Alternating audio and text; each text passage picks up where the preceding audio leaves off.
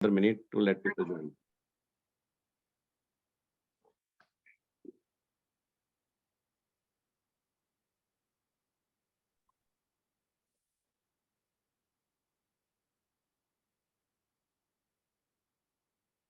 मंगलाचरण में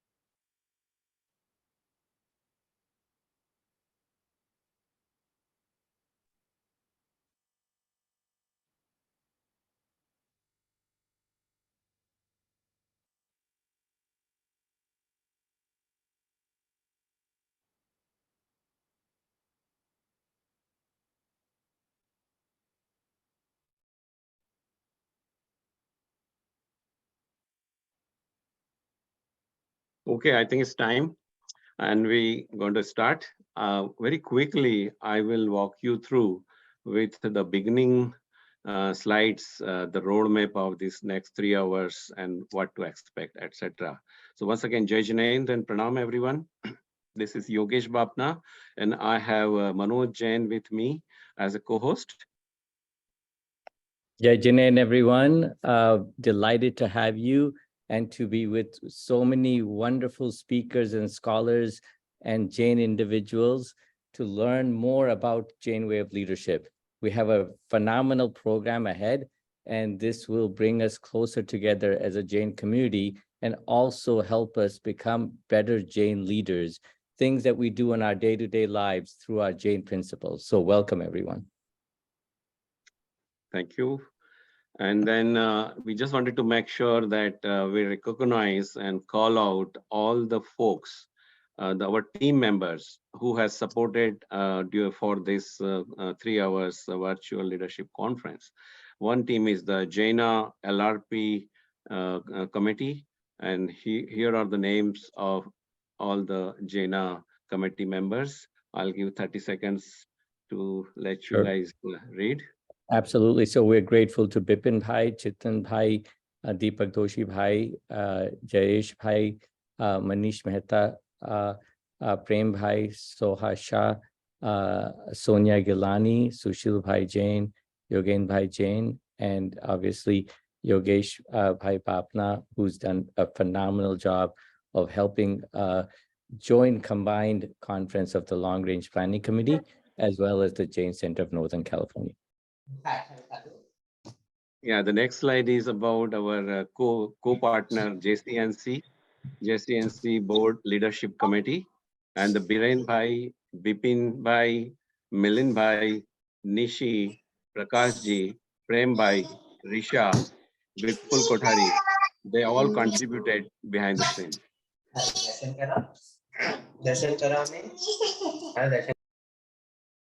Okay. Then here is the next 3 hours programs outlines. We have divided this program into 2 segments. First is 9:30 a.m. to 11 a.m. and the second is 11 a.m. to 12:30 p.m. Again, please note this is 3 hours full packed program. So in the first segment is just for the flow if anybody wanted to know when the specific speaker is coming or when the video is coming. So here is the 30 seconds for you to go through with this, the program agenda that we are talking. Then we have Mangalacharan. Then we have live speaker, Professor Jagdish Ji. Then we have video from the Acharya Shri Mahabodhi Suri Ji Maharaj. Then we have live speaker, Sadhvi Shri Shilapi Ji. And in the segment 2, we start with the video with Shri Pramansagar Ji. Then panel discussions with 5-6 youth and senior leaders. Then we have the video with BAPS Swami Shri Bhaktivardhanji. Then we have our JAINA leader and president Haresh Shah. Then we have JCNC president Mittal Shah. So that's the program outline. Then what to expect from this event? As you've seen in the flyer, it is a mixed bag, and it covers multiple traditions and multiple faith. So that will give you a good collaboration here. And it is a diversified forum of speakers, leaders. We are hosting together, collaborating together with JAINA, JCNC, BAPS, Virayatan, and it is a global event. So it will be in Hindi, portion of is in English, Gujarati, all mixed bag, and live speakers as well as couple videos. So that's what you can expect. And I'm sure at the end, Manoj Bhai will definitely specifically give you the directions, what are the takeaways from these particular 3 hours. We also wanted to call out and thanks to all the involved in the beginning until this planning phase. And before we go on our journey, we want to thank all the participants.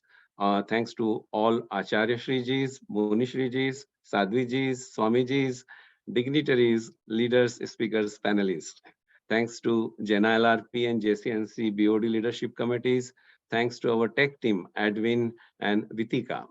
Thanks to all POCs from various organizations who has helped us to collaborate with them. Nishida Shah, Rajesh Rathod, and Nitina Jamera. Thanks to entire JAINA, Virayatan, BAPS, and JCNC. And thanks to coordinators Manoj Bhai, and big thanks to everyone. And with that said, I think it's time to start. And so I'll just say one comment. Please. And so you may be wondering why do this? Why is it important for us to get together? And it is the single most important reason is that our Jain Dharma teaches us so many qualities. And if we do not take the time and the effort to bring those qualities out with scholarly discussions, both from the Munis, professors, and lay people, young and old, male and female, from one religion and another religion. If we don't do this, our religion becomes stagnant. It doesn't move ahead. It doesn't innovate. It is for this reason, these conferences, both in person and virtual, are so critically important. So what I encourage you to all to do is to listen to our speakers and to then bring and see how those values of leadership are inculcated in your lives, as well as those who are around you, and share them with others. Yogesh Bhai, thank you so much for being the leader to bring us all together. So Jai Jain to everyone as we begin this phenomenal program. Yeah, thank you, Manoj ji. And I would like to start with the Mangalacharan, and I would request Risha Shah to introduce Sadhvi Shri Sanghmitraji. Risha Shah. It's my honor to introduce Sadhvi Sanghmitraji of Virayatan, India. Pujya Sadhvi Shri Sanghmitraji is a Jain Sadhvi who follows the spiritual path inspired by the work of her mentor, Pujya Acharya Shri Chandanaji of Virayatan. At the young age of 6 years, she memorized Bhaktamar, Kalyan Mandir, and Tattva Sutra, and many other Jain stotras. She has learned Sanskrit and Prakrit along with other Jain scriptures. She's blessed with an enchanting, melodious voice that has mesmerized and touched the hearts of thousands of people worldwide. She lives in the US for many years before she took Diksha. She has translated the spiritual and social welfare messages of Acharya Shri Ji into melodious songs and conveyed them to people worldwide. She is also efficiently handling Virayatan Global. Sadhvi Sanghmitraji is deeply involved in many initiatives at Virayatan. She is also actively involved in the Virayatan Schools projects to build schools at all Jain pilgrimage sites that inculcate moral values in children, including most recently at Palitarna, the leading Jain site for pilgrims. Manglamji's initial Diksha took place under Acharya Shri Chandanaji at Virayatan in Bihar, India on December 20th, 2011. During the initiation process, she was given a new name, Sadhvi Sanghmitra. The Buddhi Diksha occurred at the Jain Center of Northern California, or JCNC, in Milpitas, California on April 8th, 2012. Sadhvi Shri Sanghmitraji.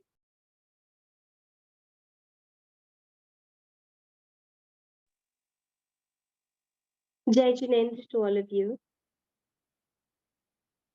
Such a beautiful morning for all of us, talking about Bhagwan Mahavir's principles, forgiveness, and leadership. I would start with Mangalacharan and a very small song which talks about leadership, looking at the time, and also Acharya Shriji would be addressing us, trying to take as little time as possible.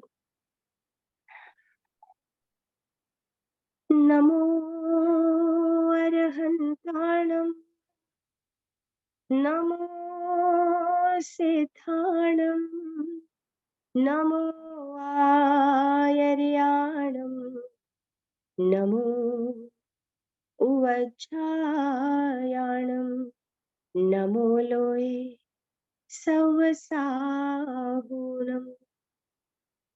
Eso Panchanamokaro Savapavapanasanam, Mangalanam cha Savesim, Padhamam Havai Mangalam, Padhamam Havai Mangalam, Vishwavyapitamohinasthitarane, Balopi Kalpankuro, Daridrani Gajavalim Harishishu, Kashani Vanhe Kana, Piyushasya Lavopi Roganivaham, Yadvat Tathate Vivo, Murti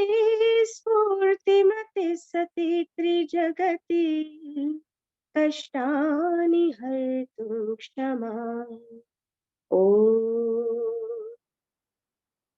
Sahana Vavatu, Sahana Bhunaktu, Sahaviryam Karavapahe, Tejasvinavadhitamastu Ma Vidvishavahe. Om Shanti Shanti Shanti.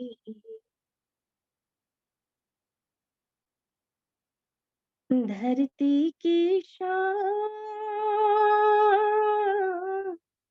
धरती की शान तू है, प्रभु की पहचान तेरी मुट्ठी में बंद आसमान है, मनुष्य तू बड़ा महान है, भूल मत मनुष्य तू बड़ा महान है, तू जो चाहे पर्वत पहाड़ों को फोड़ दे, तू जो चाहे नदियों के मुख को भी मोड़ दे, तू जो चाहे माटी से अमृत निचोड़ दे, तू जो चाहे धरती को अंबर से जोड़ दे, अमर तेरे प्राण,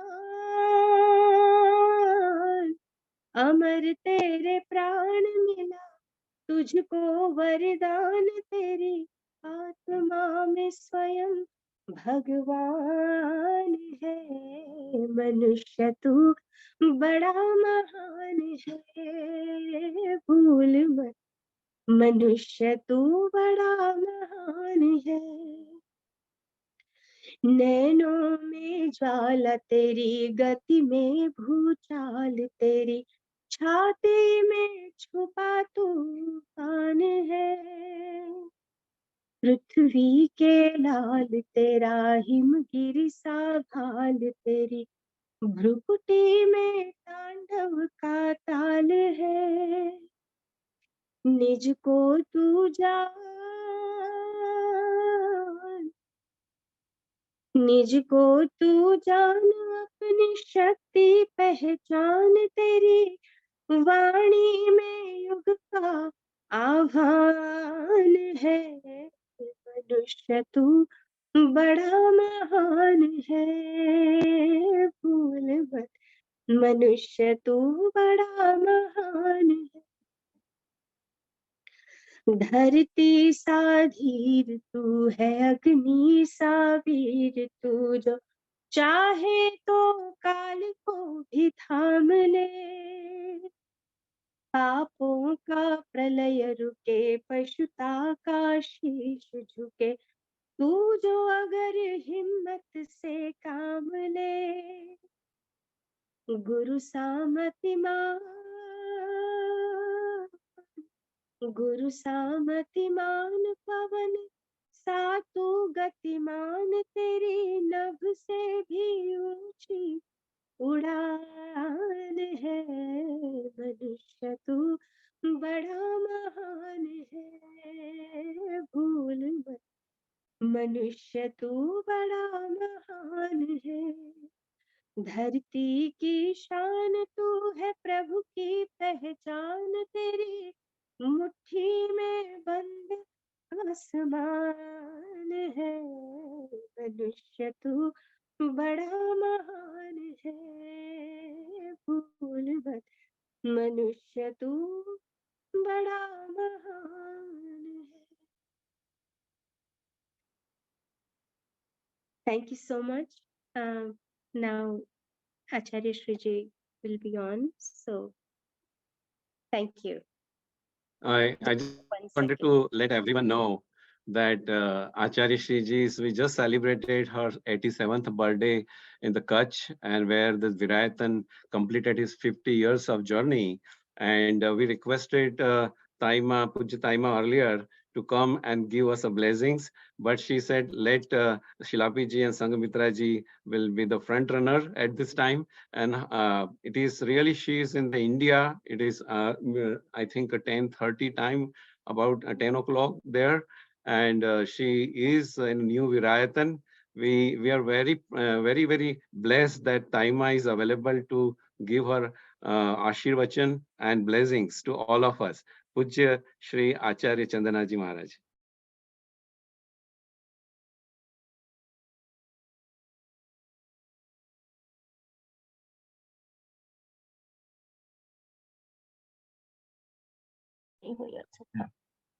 आज का विषय अत्यंत महत्वपूर्ण है और जैन धर्म से जुड़ा हुआ, जैन वे ऑफ लीडरशिप। मैं सोचती हूँ कि सबसे बड़े लीडर, नेता, तीर्थंकर, उसके बाद में गणधर है, उसके बाद में आचार्य है, उसके बाद उपाध्याय है, उसके बाद प्रवर्तक है। इन लोगों की लीडरशिप, जिनके मन में संग साध समाधि, वैया वृत्य करण बर हदाचार्य प्रवचन भक्ति परावश्यक परिहार्य मार्ग प्रभावना। तीर्थंकर के मार्ग की प्रभावना करने के लिए जिनके मन में संघ के प्रति सम्मान है, संघ को सही दिशा में ले चलने के लिए भावना है, और जो चाहते हैं कि समय समय पर प्रेम से, करुणा से, दया से, अनुकंपा से, और मैं कहती हूँ कि वह जो लीडरशिप है, वो लीडरशिप ही उनके जीवन को सही, उनके तरीका ही, उनके जीवन का, उनका जो पद्धति है, वो जीवन की पद्धति ही एक इस प्रकार की पद्धति, जो पद्धति उस व्यक्ति के जीवन को एक सुंदर बना दे। तो वो बोलना ना पड़े, लेकिन उनका व्यवहार, उनका आचरण इतना प्रभावशाली हो कि वह उनके निकट में रहने वाले, उनके संपर्क में आने वाले, उनके श्रोता हो, उनके शिष्य हो, तो उनके आचरण से ही उनमें एक ऐसी भावना, एक ऐसा विचार, एक ऐसी पद्धति उतर आए कि वो अपने आप ही उसका अनुकरण करता हुआ निकलता चला जाए। नेतृत्व, इसका अर्थ ये नहीं है कि वो बड़ा है, वो बड़ा है, लेकिन छोटों की सेवा करके, छोटों को योग्य मार्गदर्शन देकर के ही वो बड़ा बनता है। तो वो बड़ा स्वयं ऊपर से नहीं आता, नीचे उसे बड़ा बनाते हैं। तो नीचे तब बड़ा बनाएंगे जब वे उनके संग में उनके साथ में रहने वाले उनसे योग्य मार्गदर्शन प्राप्त कर सकेंगे, तभी जाकर के उनके जीवन में वह योग्यता, समझ वो आएगी। मैं सोचती हूँ कि जब समाज में एक तरह से एक नेतृत्व की कमी या खामी रही, तब जाकर के संघ बिखर गया है। लेकिन जब जब चाहे वो आचार्य सिद्धसेन दिवाकर का समय हो, जब आचार्य भद्रबाहु का समय हो, जब आचार्य हेमचंद्र का समय हो, ये जो बड़े बड़े आचार्य हुए हैं, इन्होंने समय समय पर जो परिवर्तन किया है, संशोधन किया है, मार्गदर्शन दिया है, तभी जाकर के संघ समाज आगे बढ़ सका है। लेकिन अगर नेतृत्व, लीडरशिप समय के साथ में परिस्थितियों के आधार पर अगर परिवर्तन नहीं किया, तो फिर उनके सामने संघ हमेशा शिथिल, कमजोर, और वो आगे बढ़ने से उसे कोई शक्ति मिल नहीं सकी। तो मेरी दृष्टि से ये जो संघ है, उसका अगर संभालना है, तो समय के साथ में परिवर्तन की शक्ति उनमें होनी चाहिए, संशोधन करने की ताकत होनी चाहिए, समाधान करने की योग्यता होनी चाहिए, और संघ के प्रति प्रेम, सम्मान और आदर भाव भी उसी प्रकार से होना चाहिए, तभी जाकर के उनका लीडरशिप, उनका नेतृत्व यशस्वी होगा। तो मैं सोचती हूँ कि मुझे समझ में नहीं आया कि इतना सुंदर विषय, इतना गहरा विषय, इतना गंभीर विषय, जिस पर बहुत कुछ कहा जा सकता है, बहुत कुछ सोचा जा सकता है, बहुत कुछ समझा जा सकता है। कभी मौका मिला तो मैं इस विषय में अवश्य अधिक आप लोगों से बात करना चाहूंगी कि किस प्रकार से तीर्थंकरों ने, किस प्रकार से गंधर्वों ने, किस प्रकार से सुधर्मा स्वामी की बात को, महावीर की बात को सुधर्मा स्वामी की बात को गंधर्वों ने किस तरह से उसमें परिवर्तन किया है, इसका हम कई जगह इतना स्पष्ट देख सकते हैं कि वह परंपरा हमारे जीवन के लिए कितनी प्रेरणाप्रद रही है और कितनी उपयोगी रही है। बहुत ही सुंदर। और आज भी मैं जैन समाज के लिए कहना चाहूंगी कि समय बदल गया है, परिस्थितियां बदल गई हैं, युग बदल गया है, वातावरण बदल गया है। आज का मस्तिष्क कुछ और नया और विज्ञान के साथ में जुड़ा हुआ देखना चाहता है। तो हमारी वह दृष्टि उस तरफ में हो, और फिर अध्यात्म को भी हम किस प्रकार से सुरक्षित रख सकते हैं, इस तरह से दोनों का समन्वय ही हमारे आगे की लीडर को, समाज को सुरक्षित रखने का उपाय बन सकता है। इसलिए जैन लीडरशिप एक तरह से बहुत ही सुंदर विषय है, और जितना अनुयायियों के लिए एक मार्गदर्शन आवश्यक है, उससे भी ज्यादा जो नेता है उनको एक सही समझ देना उससे भी ज्यादा आवश्यक है। और हमारी परंपराओं में, हमारे प्राचीन तत्वों में इसकी भरपूर चर्चा उपलब्ध है। धन्यवाद। Shri Chandana ji, thank you so much. पूज्य ताइमा, बहुत बहुत धन्यवाद। आपके होने से, आपकी बातों से सुनकर हमको बहुत गंभीरता फील होती है कि क्या डेप्थ ऑफ नॉलेज आप हमसे शेयर कर रहे हैं।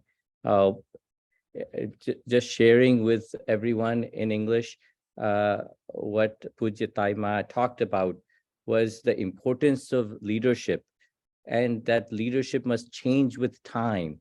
That her vision is that we must be bringing strength to ourselves through this change, and that this topic is of great depth. So बहुत बहुत धन्यवाद आप हमारे साथ ज्वाइन कर रहे हैं, बहुत बहुत धन्यवाद आप अपने व्यूज शेयर कर रहे हैं, और हम बहुत ग्रेटफुल हैं आपके टाइम के लिए. So thank you so much. With that, I would like to introduce our next speaker. It is my utmost pleasure to invite Professor Jagdish and Sheth. Dr. Sheth is a Charles H. Kelstad Professor of Business at Gozeta School of Business at Emory University, where I am also a faculty there. Over 50 years, Dr. Jagdish Bhai has had the experience of teaching and researching. He's worked at University of Southern California, University of Illinois at Urbana-Champaign, Columbia, MIT, and as well as Emory. He is globally known for his scholarly contributions to consumer behavior, relationships, marketing, competitive strategy, and geopolitics. And I can say full-heartedly, he has brought that knowledge to the Jain community. He has received the 2020 Padma Bhushan Award for Literature and Education, which is one of the highest civilian awards as well from the government of India. He's a fellow in a number of academies, as well as institutions across the country. He has authored over 350 books and papers as well. And we are so delighted, Jagdish Bhai, that you are with us and to share your thoughts on Jain leadership. Jai Jain and welcome.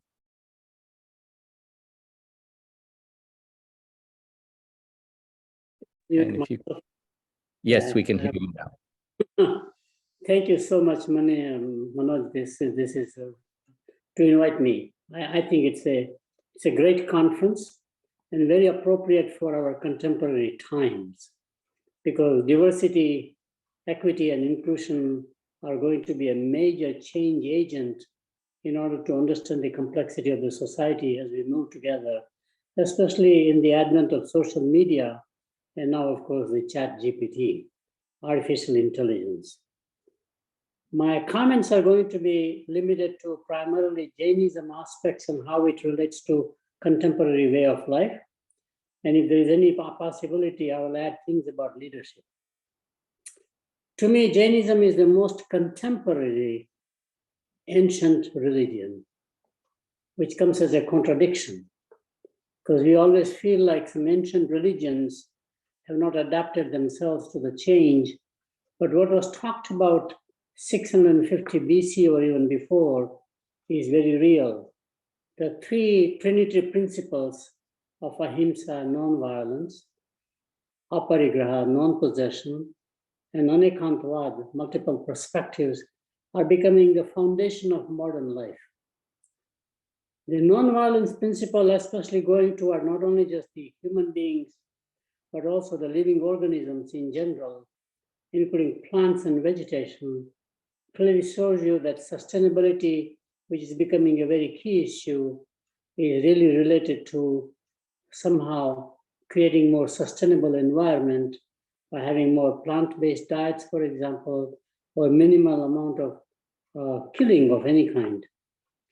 The concept underlying is that everybody is equal. The egalitarian principle of different levels of organisms, I think, is very key. And we are paying the price for not listening to what the religious beliefs talked about many years ago, very scientific, by the way, is that during the Industrial Revolution, we thought nature was inorganic.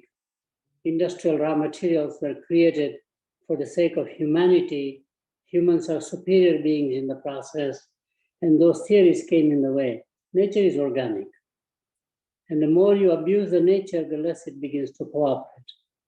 So the passive resistance principle built into all of these issues about non-violence are very key.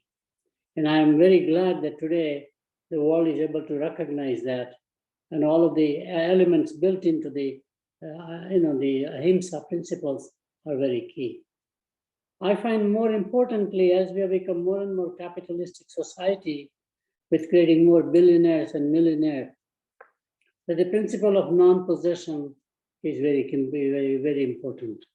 I think the more money we accumulate, the more we have become unhappy in the process.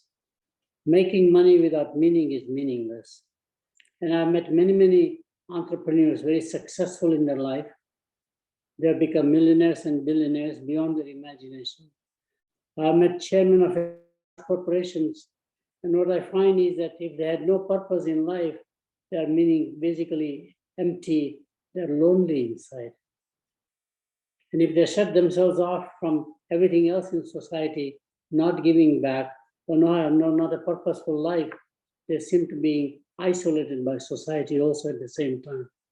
So giving back, non-possession of materialism things, I think, which is very important principle. And the last one and the most important one, I think, is anekantvad, multiple perspectives. This right or wrong duality principle created primarily later on in the belief systems, I think is coming to way. There is no some such thing as anybody wrong, everybody is right. It's right and right principle, which is multiple perspectives, I think is becoming more and more necessary as we go into the contemporary life. To me, Jainism is really more a way of life. It is really a journey of self-discovery. It's not a religion for the congregation per se. It's a religion for the individual, which is where the leadership comes in some way. And there are three components I see the religion primarily. The first and the most important is self-awareness. Second one is self-knowledge or self-learning. Through learning and understanding the world around us, through learning from scriptures and other people's writings, one can enhance the knowledge to a level that we had never imagined. And ultimately self-realization, or in the Western world, we call it self-actualization, or moksha as we call it in our scriptures, by and large. This is very important to understand because if you take a grain of wheat and make it into a loaf of bread, the value add of an agricultural commodity is only 3 times. If you take an industrial commodity like a rough diamond, a good diamond cutter will polish it and increase the value add to about 15 to 20 times, both economic value, emotional value, social value, whatever they are. But if you take a human being, mentor, educate, nurture, the value add is infinite. Being born as humans, we have capacities to self-analyze ourselves, to understand who we are, to understand why we are here, what is the purpose of contributing back to the society, as the society has given so much to us. I think to me, that's very important. With the cognitive knowledge, we can invent things, we can create things, and perpetuate, therefore, the mankind in a positive way. It is the well-being of the individual itself, I think, is a key tenet of the Jainism principles. It is true of many other religions also, but the way it is put together and articulated about a journey of self-discovery, I think is very key. The third area, I think, is equally important for us to understand, has to really talk about the 2 components for which the conference is organized around. One is the forgiveness, and the other one, of course, is ethics. All the literature, there's a huge scientific inquiry on forgiveness as a concept. Forgiveness, again, is much more important to the person who forgives, not the person who is given the forgiveness. We do have a Mitsami Dukram as a tradition, asking for forgiveness for anything we have done wrong, knowingly, unknowingly. We ask for forgiveness from the others in many ways. We receive the forgiveness. Again, the scientific evidence in the modern world has clearly shown that forgiveness releases us from stress. It creates a healthy environment. So health and happiness come from fundamentally practicing forgiveness in exchange for anger or resentment.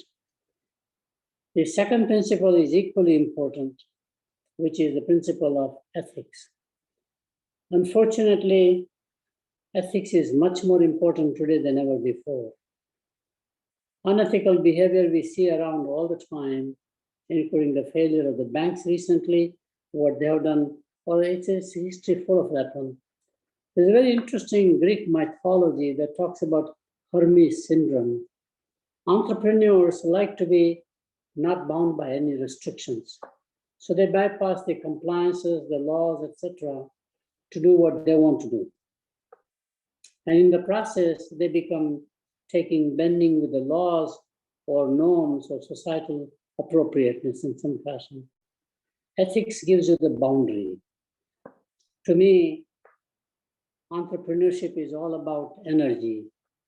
Like an 8 principle in Freud's thinking in many ways, he was a brilliant psychoanalyst. Of course, ego is the entrepreneur.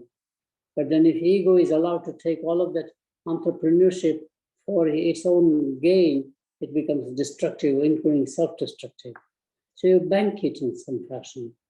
to come out with a superego concept, which is built into the Jainism principle. It says you become your own guide to say what is right or what is wrong.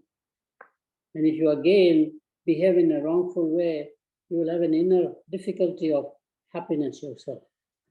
So to me, the two principles of forgiveness and ethics are inherently toward self-realization, toward having potential that we have as human beings to realize through learning and becoming much more conscious of self-awareness primarily. By the way, Jainism is the religion that talks about three principles, again, about the right vision, the right path, and the right conduct. I have used that in my management classes because a corporation must have the right vision of what they want to do. Hopefully a purpose-driven business where it is not only shareholder-driven, but it also contributes toward the society at large as it gains from the society all the resources and market access in some fashion. Right path is the strategy. How do you go? And you have so many choices. How do you make the right choice? And right conduct is, of course, is day-to-day operations. Again, ethical behavior becomes very central toward this Trinity principle of right vision, right path, and right conduct. I'm very much blessed to be a Jain. I'm so glad that I was raised as a Jain. It has helped me quite a lot in my own academic career. And every time I'm struggling with something, I go back to the tenets, go back to the fundamental principles, and it enables me to continue my journey of self-discovery, essentially. Who am I? What am I doing? What am I contributing? I think this is going to become much more critical because the world is changing very fast, especially by technology. If you don't adapt, willingness to change and ability to change, they're not likely to survive even. It has been shown for corporations, institutions. Institutions have to be adaptive over time to survive and to thrive in the process. And there are several ways that comes in the way. The first one is denial of new realities.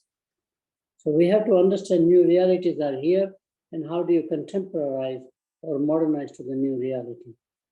The second one is arrogance, which again, all religions and faiths basically say, if you become arrogant, you will be self-destructing yourself. The third principle is complacency. This principle of self-awareness, self-realization journey says you'll be constantly a learner. You will not be complacent at all. You will have a urge to learn new things.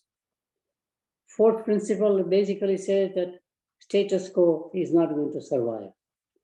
So there are many principles about how to become good leaders, how to run large corporations or institutions, which again go back to the fundamentals of Jainism in terms of the right vision, right path, and right conduct.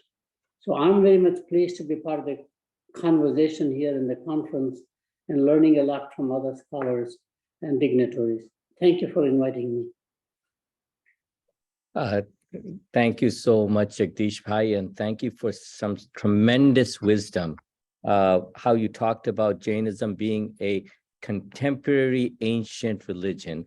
What a phenomenal thought and idea, and that we must be ready to adopt the changes. You talked about how the triple A's have been the guiding principle for you as you teach, and that making money without meaning is meaningless. I think that tells a tremendous amount about what we as Jains need to be thinking as leaders as well. And then the three principles, ahimsa, anekantva, parikara, and what they add, and the self-discovery, the self-awareness, self-knowledge, and self-realization that our religion provides, and the infinite add-on that humans can do that even simple things at other things do not. And then going into the two components, forgiveness and ethics, looking at the science of forgiveness, that a person who forgives, how much he or she benefits. And then the ethics that we should have boundaries and that we should have, yes, entrepreneurs have energy, but we must have boundaries. And then the using of the principles of samyik darshan, samyik gyan, samyik charit, which you use in your management class in showing us the vision, the strategy, as well as the operations. And lastly, understanding leadership needs to change and to be along with that change. And that we need to know that we cannot deny reality, we cannot be arrogant, we cannot be complacent, and we cannot survive in the status quo. So Jagdish Bhai, you and your contribution is phenomenal to Jain Dharma and to the Jain leaders that are here. Thank you so much. Yogesh Bhai, over to you for our next speaker. Thank you. Yeah, thank you. Thank you. And also, I would like to add that the Professor Jagdish Sheth receives the 2020 Padma Bhushan Award. So just wanted to let our audience know that we have really, we are blessed that having him here during this conference. All right, so the next platform for us is to look for the video, and it is from Jain Acharya, Shri Mahabodhi Suriji Maharaj Saheb. Pujya Acharya Shri Mahabodhi Suriji is Maharaj Sahib is the disciple of Pujya Acharya Shri Hemachandra Suri Maharaj Sahib. After Hemachandra Suriji Maharaj Sahib Nirvana, Acharya Shri Ji worked under the guidance of Gachadipati Acharya Shri Jai Ghosh Suriji Maharaj Sahib. Under Gachadipati's directions, Acharya Shri ran a movement of Samuhik Tapasyas that we all follow here as well, and blessed the highest record of motivating 1,000 plus Siddhi Tap, Shrenik Tap, Masak Shaman, and many other sadhanas. Pujya Acharya Shri Mahabodhi Suriji Maharaj Sahib inspired and engaged youth to the Shashan Seva. That is his, for last 10 years, he's engaged for doing these activities. Acharya Shri Ji has overseen the Vihar Seva group for last 10 years. And thousands of youth across every corner of India escort Sadhu Sadhvis Bhagwans during their Vihar and look after their Sata and safety during the Vihar. We are very fortunate today to receive Gurudev's edited video explicitly compiled for this event. And we are very blessed. I would say it is in Gujarati. He all my friends who listen him, follow him in Gujarati, told me that they follow forever every day. So let's listen his compiled edited video today.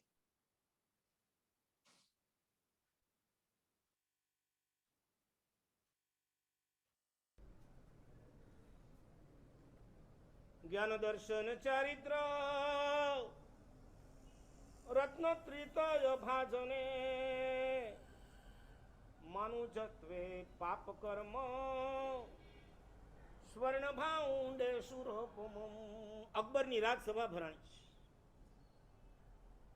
થોડીક ચર્ચા થઈ. ત્યાં દરબાર આવીને કહે છે કે મહારાજ માફ કરજો,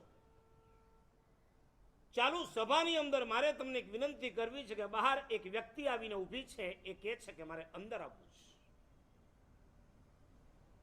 અકબરે કીધું એને કામ શું છે એ પૂછો, કારણ કે અમારી પણ ચર્ચા બહુ મહત્વની ચાલે છે. મહારાજ એમ કહે છે કે હું રાજાને કહીશ, તમને નહીં કહું. રાજા કહે છે મંત્રીને કે તમે જઈ આવો. મંત્રી બહાર ગયો ને એ વખતે ઓલી બહાર ગામથી આવેલી વ્યક્તિને, પરદેશીને પૂછે છે ક્યાં કામ है? महाराज को एक आज आश्चर्य बताना है. भाई कौन सा आश्चर्य जरा बताइए, कुछ काम का हो तो महाराज अंदर लेंगे, नहीं तो अंदर आपको आने की मना है. ઓલાને થયો અહીંયા સુધી આવ્યા પછી પાછો ન જાવ, હીરો ઘોઘે જઈ આવે ને ડેલીએ હાથ દઈ આવે, એના જેવું ન થાય. માટે એને કીધું કે મહારાજને કહેજો કે એવી બહુભાષી વ્યક્તિ, મલ્ટીટાસ્કિંગ નહીં, મલ્ટી ટોકિંગ, બહુભાષી વ્યક્તિ અત્યારે બહાર ઊભી છે કે જે અંદર આવ્યા પછી તમે કેશો એ ભાષાની અંદર બોલવા માંડશે, તમે કેશો એટલી વખત બોલશે. રાજા અકબરને સમાચાર મળ્યા. રાજાએ કીધું ખુશીથી લાવો, કારણ કે ચર્ચા એટલી ગંભીર હતી કે એમાં થોડું વાતાવરણ હળવું કરવું જરૂરી હતું. અને રાજાનો આદેશ થયો. મંત્રી એ બહુભાષી વ્યક્તિને અંદર લઈ આવ્યો, એને આસન આપવામાં આવ્યું, પાણી બાણી પીવડાવવામાં આવ્યું. શાંત થયા પછી રાજા અકબર કહે છે બોલો ભાઈ, કઈ ભાષામાં બોલશો?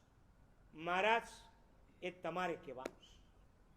બોલવાનું મારે, ભાષાનું ઓપ્શન તમારે. મોબાઈલમાં હોય છે આવા ઓપ્શન અલગ અલગ. આ જીવતો મોબાઈલ હતો, એને જે કયો એ ભાષામાં બોલવાનું. અને અકબરે કીધું ઠીક હે, તો તમે ગુજરાતીમાં બોલો. અને ઓલા 5 મિનિટ ગુજરાતીમાં, હિન્દીમાં બોલો. એને 5 મિનિટ હિન્દીમાં ફફડાવી. તમે મારવાડીમાં બોલો, 5 મિનિટ મારવાડીમાં બોલી ગયો. તમે મરાઠીમાં બોલો, 5 મિનિટ મરાઠીમાં. તમે કન્નડા, તેલુગુ, મલયાલમ અને તમિલ આ ચારેમાં 5-5 મિનિટ બોલી જાઓ. ઓલો આંડું ગુંડું નારું ગુંડું કરીને બધામાં 5-5 મિનિટ બોલી ગયો. હવે અકબર વિચારમાં પડ્યો, છે તો ગજબનો. ભલે આપણને સમજાય કે ન સમજાય, મારો બેટો બોલે છે બરાબર. પછી અકબરને તો એક કામ કરી, હવે વિદેશની ભાષા પર્શિયનમાં બોલો. બોલો પર્શિયનમાં બોલી ગયો. અંગ્રેજીમાં બોલો, અંગ્રેજીમાં બોલી ગયો. જર્મનીઝ, જાપાનીઝ, ચાઇનીઝ, હુંગ ફૂ ફૂંગ કરીને જે બોલવું હતું બધી ભાષા બોલી લીધા. પછી એને ચેલેન્જ ફેંકી, મહારાજ, તમારી સભામાં 9 રત્નો છે ને દરબારમાં, અને 9 રત્નો અત્યારે બેઠા છે ને, અને આ સભામાં જેટલા પણ વિદ્વાનો હોય બધાને હું પડકાર ફેંકું. હું જે 15, 20, 25 ભાષામાં બોલી ગયો એમાંથી મારી માતૃભાષા કઈ છે પકડી આપ. એટલા વ્યવસ્થિત શબ્દો, એનું પ્રોનાઉન્સિએશન, પરફેક્શન, કોઈ કહી ન શકે કે આ ગુજરાતી છે, હિન્દી છે, મારવાડી છે. તમે મારવાડી થઈને ગમે તેટલી ગુજરાતીમાં બોલવા જાવ ને, મને હેંગ ખા પડે. કે સિરોઈરી ભાષા બોલે રહ્યા હો, કે ઘોડવાડરી ભાષા બોલે રહ્યા હો, કે મેવાડી બોલે રહ્યા હો, કે જોધપુરી બોલે રહ્યા હો, કે જયપુરી બોલે રહ્યા હો. અમારે ત્યાં ગુજરાતીમાં કહેવત છે, 12 ગાઉએ બોલી બદલાય. એક રાજસ્થાનની કોઈ એક ભાષા નથી. દરબાર ગાઉમાં એની બોલીને ટચ લાગે, એક નવો ટચ લાગે, ન્યૂ ટચ, અને એના કારણે બોલી બદલાય છે. પણ એટલો પરફેક્ટ માણસ કે કોઈ પણ ભાષા બોલે ત્યારે તમે કહી ન શકો કે આ વ્યક્તિની ઓરિજિનલ ભાષા કઈ છે. બધા માથું ખંજવાળવા માંડ્યા. અકબર ખુદ વિચારમાં પડી ગયો કે આજે જો આને જવાબ નહીં આપે તો આ માણસ તો ગામે ગામ જઈને આપણું નાક કાપશે. કે હવે રેવા દો, અકબરને કહેવાની જરૂર નથી કે મારા દરબારમાં 9 રત્નો છે. એક રતનના ઠેકાણા નથી કે જે મારી ઓરિજિનલ ભાષા કઈ છે, માતૃભાષા કઈ છે, કહી શકે. બધા પર નજર નાખે, તાનસેન નીચે જુએ. છેલ્લે કોના પર નજર ગઈ? હા, તમે બિરબલ લાગો છો અત્યારે. બિરબલનું આખું નામ મહેશદાસ બિરબલ હતું. અને Birbal is a not Muslim, Birbal is a Hindu. Brain કોની પાસે હોય સમજો. બિરબલની ઉપર નજર પડી. અકબર કે છે બિરબલ આના જવાબ તો આપવા પડશે, નહીં તો આપણું નાક કપાશે. બિરબલ ઉભો થઈને કે મહારાજ માફ કરજો, જવાબ આપું ખરો પણ અત્યારે નહીં આપું. પણ અત્યારે નહીં આપે તો ક્યારે આપીશ? આજે જ આપીશ, આજે જ આપીશ, પણ અત્યારે નહીં આપું. પ્લીઝ તમે આગ્રહ નહીં કરો કે અત્યારે ને અત્યારે જવાબ આપો. તો ક્યારે? તો કે સભા બરખાસ્ત થશે ત્યારે. તો સભાને ખબર નહીં પડે ને. આપણે સભાને ખબર પડે કે ન ખબર પડે, એને ખબર પડવી જોઈએ ને કે તારી માતૃભાષા કઈ છે. આપણે એને ખબર પાડી દેવી છે ને, પાડી દઈશું આપણે. બિરબલ દ્વિઅર્થી શબ્દમાં બોલ્યો હતો.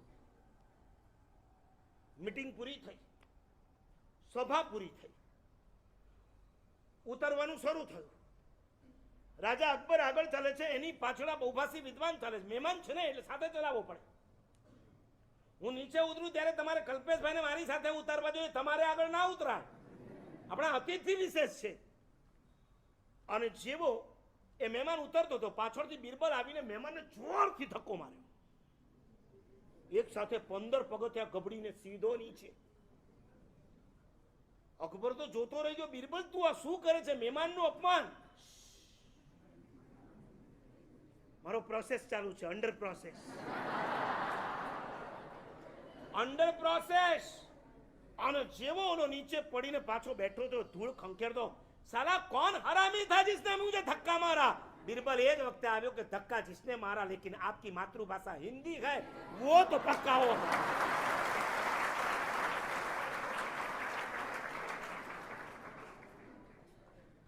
मानस बे जग्याए साचું બોલતો હોય છે, એક સપનામાં ને બીજું કટોકટીમાં। ઊંઘમાં હોય છે ને ત્યારે માણસ જે બોલે સાચું હોય છે ને, નંબર 2 જ્યારે કટોકટી કસોટી મુશ્કેલી આવે છે ને ત્યારે માણસ લાખ પ્રયત્ન કરે તો પણ જૂઠ નથી બોલી શકતો, સત્ય એના મોઢા પર આવી જાય છે। આજનો ટોપિક છે tongue is a garden or garbage. નામ કેટલા ના આવડે પાછળવાળા? પેલા એ કયો 5 ઇન્દ્રિય તો છે કે નહીં તમને? 5 ઇન્દ્રિયના નામ કેટલા ના આવડે? યસ, પેલી હું તમને એકદમ ઈઝી શીખવાડું। આપણને ક્રમથી આ 5 ઇન્દ્રિય મળી છે। નંબર 1 અહીંયા હાથ મૂકો, આ શું કહેવાય? સ્કિન। આને હડપથી નહીં કહેતા, અત્યારે અહીંયા શું છે આગળ? સ્કિન। એથી ઉપર જાવ એટલે શું આવે? ટી ફોર ટંગ, અંદર। અંદર હાથ ભલે અંદર નહીં નાખતા પણ અંદરની ટી માટેની વાત કરું છું। ઘણા તો પોતાના લિપ્સ ઉપર હાથ ફેરવ્યા કરે છે, લિપ્સ નહીં, ટંગ, એસ ટી। પછી શું આવે છે? નોઝ। જો આ ક્રમ છે, આપણે જ્યારે જન્મ લઈએ છીએ ત્યારે આપણને 5 ઇન્દ્રિય એની પર્યાપ્તિ હોય છે, એ પર્યાપ્ત એને પૂર્ણ કરવી પડે તો જ આપણને આ ઇન્દ્રિય પ્રાપ્ત થઈ શકે। પણ એનો પણ ક્રમ છે। પહેલા તમે સ્કિન મળે છે, પછી તમને શું મળે છે? ટંગ મળે છે, પછી તમને શું મળે છે? નોઝ મળે છે। એની ઉપર જાવ એટલે શું મળે? આઈઝ। અને અહીંથી સાઈડમાં જાવ, આઈબ્રો અહીંથી આમ ખેંચાતી હોય છે, ઘણા કાજળ અહીંથી આમ ખેંચતા હોય છે। આ શું છે? ઈયર। બસ આ જ ક્રમ છે। આ જેને એકલી મળી હોય એને શું કહેવાય? એકેન્દ્રિય। આ અને આ બે જેને મળી હોય એને શું કહેવાય? Yes, very good. આ અને આ જેને મળે એને શું કહેવાય? તેન્દ્રિય। 1 2 3 4 આને શું કહેવાય? અને અહીંથી અહીં સુધીનું જેને મળ્યું છે, આટલું ઈઝી છે આ જીવ વિચાર। હજી તો છે જ આ ક્રમ છે। ઘણી વખત ઘણાને ખબર ન હોય એટલે ઠોકમ ઠોક કરતા હોય છે। 5 इंद्रियना नाम ना आवड़े, कोने पंचेंद्रिय कहवाय, कोने चौरेंद्रिय कहवाय, कुछ पता नहीं है। शास्त्र के छे पृथ्वी, पाणी, अग्नि, वायु आ बधा एकेंद्रिय कहवाय। 2 इंद्रिय शंख वगाड़ो छो ने, कोड़ा होय छे दरियानी अंदर, छिपला, वासी भोजन, तमे गईकालना ब्रेड आजे खाव एनी अंदर 2 इंद्रियना जीव होय छे। तमे ब्रेड नथी खाता, 2 इंद्रियना जीवोना कलेवर खाता होय। आ 2 इंद्रिय कहवाय। वासी भोजन में थता लाड़िया छू, ते इंद्रिय कोने कहेवाय? कीड़ी वगैरह देखाय छे एने 3 इंद्रिय होय छे। हवे घरे जईने पाछा चेक नहीं करता, त्रीजी एनी नाक क्यां छे? अरे तने नथी मळ्युं ने एवुं नाक एने मळ्युं छे।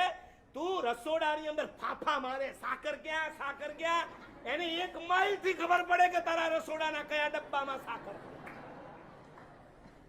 तमने नथी मळ्युं एवुं एने नाक मळ्युं होय छे। मच्छर ने કેટલી હોય છે? 4। માખીને 4, મકોડાને 4। અને પંચેન્દ્રિય કોને કહેવાય? માણસને જ કહેવાય।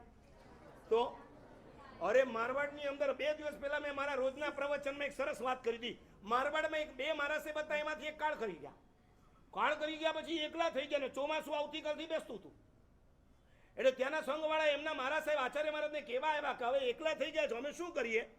એમને કીધું કે અહીંથી કોઈ બીજા મહારાજ સાહેબ નહીં આવે, કામ કરો, વારાફરતી રોજ એક શ્રાવક કે અપાશ્રમમાં એમની સાથે રહેવાનું ને સુવાનું, રાત્રે એકલા ન રહેવાય। ઓકે, વારા પડી જાય એકમથી પૂનમ ને એકમથી અમાસ, અને એમ કરતા ગ્રંથ વાંચનનો દિવસ આવ્યો। મહારાજે પૂછ્યું, બોલો કયો ગ્રંથ વાંચું? તમે કયો મહારાજ સાહેબ? ઉત્તરાધ્યાન વાંચું? अरे महाराज साहेब 10 वेळा होबड्यो, 10 वेळा तो आचार्य 3 वेळा होबड्यो, कोई नवो ग्रंथ लावो। महाराज ने तो आ लोकोने भगवती सूत्र संभळाव। भगवती, हाँ वाह बावसी, जिंदगी में कदी होबड्यो नहीं, 1 वेळा तो होबडवानी इच्छा है। महाराज ठीक है, पण भगवती पहला तमारी मारे एग्जाम लेवी छे। आ भगवती में 5 इंद्रिय ने बधी बहु वातो आवे। तमने आवडे इंद्रियना नाम? ओ एकेंद्रिय, 2 इंद्रिय, 3 इंद्रिय, 4 इंद्रिय, 5। अच्छा, ए कीधो पंचेंद्रिय कोने कहेवाय? એટલે બધાએ કીધું હાથી ને પંચેન્દ્રિય। મહારાજ ખુશ થઈ ગયા। હાથી તો પંચેન્દ્રિય જ છે ને, પછી કીધું ઘોડો, અરે સોરી ચૌરિન્દ્રિય, તો કે ઘોડો ચૌરિન્દ્રિય. મહારાજ વિચારમાં પડ્યા, ઘોડો પંચેન્દ્રિય છે ને આ લોકો ચૌરિન્દ્રિય કેમ કે હશે, બાય મિસ્ટેક કહેવાય ગયો છે. ઓકે, તે ઇન્દ્રિય કોને કહેવાય? એ કે મારો ઘરમાં બાપો છે ને એ તે ઇન્દ્રિય. હવે મહારાજ ને મજા આવી. તો બે ઇન્દ્રિય? એ કે હું બે ઇન્દ્રિય. તો કે એકેન્દ્રિય? કે તમે એકેન્દ્રિય. મહારાજ કે એમ નહીં, જરા મને સમજાવો, આ હાથીને પંચેન્દ્રિય કેમ કીધો? એ કે 4 પગ છે ને આગળ સૂંઢ છે ને એટલે એ પંચ. મહારાજને મજા આવી કે આ લોકોનું ઇન્દ્રિયનું વિજ્ઞાન જબરું છે. ઘોડો તો કે એને 4 પગ છે, તમારા બાપાને તે ઇન્દ્રિય તો કે એને 2 પગ અને એક લાકડી લઈને હાલે છે ને એટલે એ તે ઇન્દ્રિય. તો તને કેમ તે તારી જાતને 2 ઇન્દ્રિય? હું ને મારી લુગાઈ, હું ને મારી ઘરવાળી જકો મેં 2 ઇન્દ્રિય હો, અમે ઘર में 2 જણા રહો અને થે અપાસરા में એકલા રહો જકો થોને એક ઇન્દ્રિય.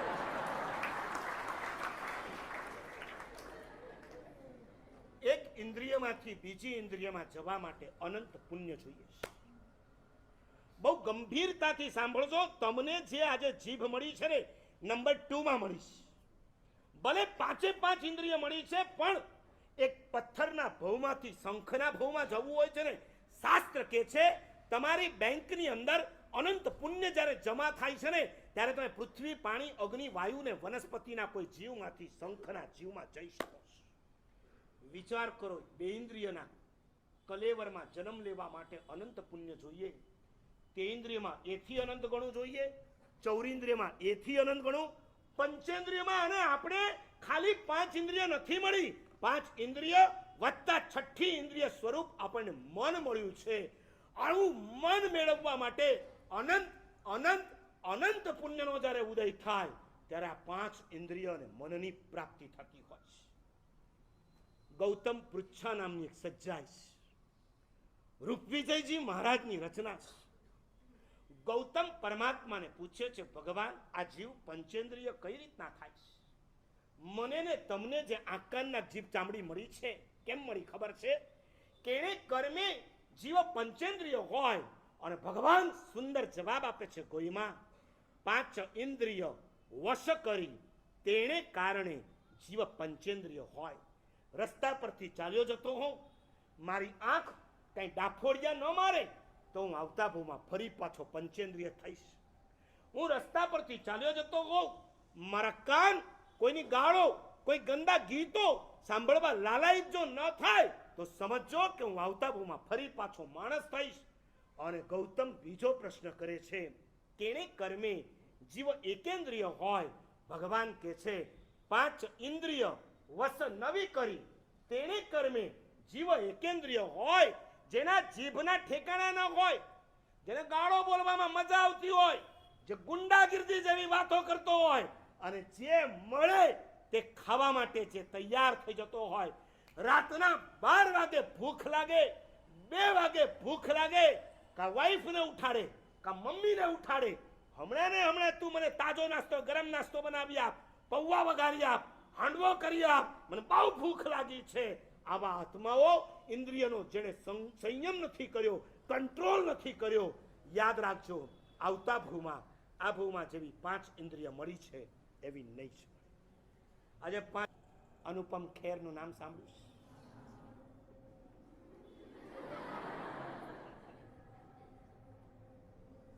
બોલો તો કોઈને ચાનક ચડે એવું બોલો. અત્યારે આ માણસ એક્ટિંગ બેક્ટિંગ છોડીને હવે મોટિવેશનમાં આવી ગયો. હું તો એને જુદી રીતે યાદ કરતો હતો. હું મારા પ્રવચનમાં ઘણી વાર કહું કે ઘણા આમ વાળ હોય ને આમ જાત જાતની સ્ટાઇલમાં આવ્યા હોય. હું મુંબઈમાં હતો ને આમ બાબરા ભૂત જેવા વાળ. મેં કીધું આ કઈ આ બાબરા ભૂત જેવી? મને કે આને બાબરા ભૂત ના કહેવાય, જેકી શ્રોફ કટ છે. હવે અત્યારે તો પાઇનેપલ કટ ને સાધના કટ ને કેટલી કટો ચાલે છે. મેં કીધું કેટલા? એ 20 વર્ષ 25 વર્ષ પહેલાનું કહું છું ને, 150 રૂપિયા આપ્યા હતા. એ કે સાહેબ 125 કટિંગ સેટિંગ ના અને બાકીના. મેં કીધું 150 રૂપિયા એ જમાનામાં 25 વર્ષ પહેલા એટલે 150 એટલે આજના 5-10 હજાર રૂપિયા થઈ જાય કે ન થઈ જાય? આટલા અપાતા હોય એના કરતા મારી પાસે આવું હતું ને, નો કટિંગ નો સેટિંગ ઓનલી લોચિંગ, નો એની કટ. હું તને અનુપમ ખેર કટ કરી આપા. એ અનુપમ ખેર સિમલા બાજુ રહેતા, 10મીમાં ફેલ થયો. એને ખબર નહીં હું ફેલ છું. એ જમાનામાં સ્કૂલની અંદર રિઝલ્ટ લેવા જવું પડતું હતું, ઓનલાઈન નહોતું. એનો બાપ રિઝલ્ટ લઈને આવ્યો હતો, ફેલ હતો. બાપે એને કીધું નહીં, બાપ એને હોટલમાં લઈ ગયો, પાર્ટી આપી. પાર્ટી આપ્યા પછી છોકરો પૂછે છે, પપ્પા કયો તો ખરા કેટલા આવ્યા છે? બાપે કીધું, બેટા फेल છું. अनुपम पूछे छे मैं फेल हूं तो भी मुझे पार्टी? बाप के छे बेटा आ निष्फળતાની સફળતામાં તું પ્રવેશ કરે ને માટે પાર્ટી છે. સફળતા નથી મળી એની પાર્ટી નથી. નિષ્ફળતાથી તું હતાશ ન થઈ જાય, ફરી પાછી સફળતાની પ્રાપ્તિ માટે પ્રયત્ન કરે એની પાર્ટી છે. ભણી ગણીને અનુપમ ખેર મુંબઈ આવ્યો. હવે સાંભળજો, મુંબઈમાં રોજ અલગ અલગ ફિલ્મી સ્ટુડિયોમાં ચક્કર કાપતો હતો. બધેથી પાછો જાય. રાજ કપૂરથી લઈને કેટલાયના સ્ટુડિયોમાં એને ચક્કર માર્યા, બધેથી પાછો આવે. કોઈ એને ચાન્સ ના આપે. પ્લેટફોર્મ પર રાત ગુજારે. દિવસો ગયા. અંતે બાંદ્રામાં કોઈ ધોબીનું ઘર મળ્યું. 160 સ્ક્વેર ફૂટનું એનું ઘર. પેઇંગ ગેસ્ટ તરીકે એના ઘરમાં રહેવા ગયા. 160 ફૂટમાંથી 80 ફૂટમાં ઓલી ધોબી ધોબણ એના બે દીકરા રહે, વચ્ચે એક કપડાનો પડદો અને આ બાજુ 4 છોકરા. આવા જ બધા ગામડેથી આવેલા ફિલ્મી લાઈનમાં જવા માટેના. અનુપમ ખેરે 4 ની સાથે 1. ખૂબ મહેનત કરી, નો ચાન્સ. એને એના બાપને દાદાને પત્ર લખ્યો, દાદા હું પાછો ઘરે આવું છું મારા ગામડે. આ જિંદગીએ મારી જેટલી બદબોય કરવાની હતી બધી જ કરી નાખીશ.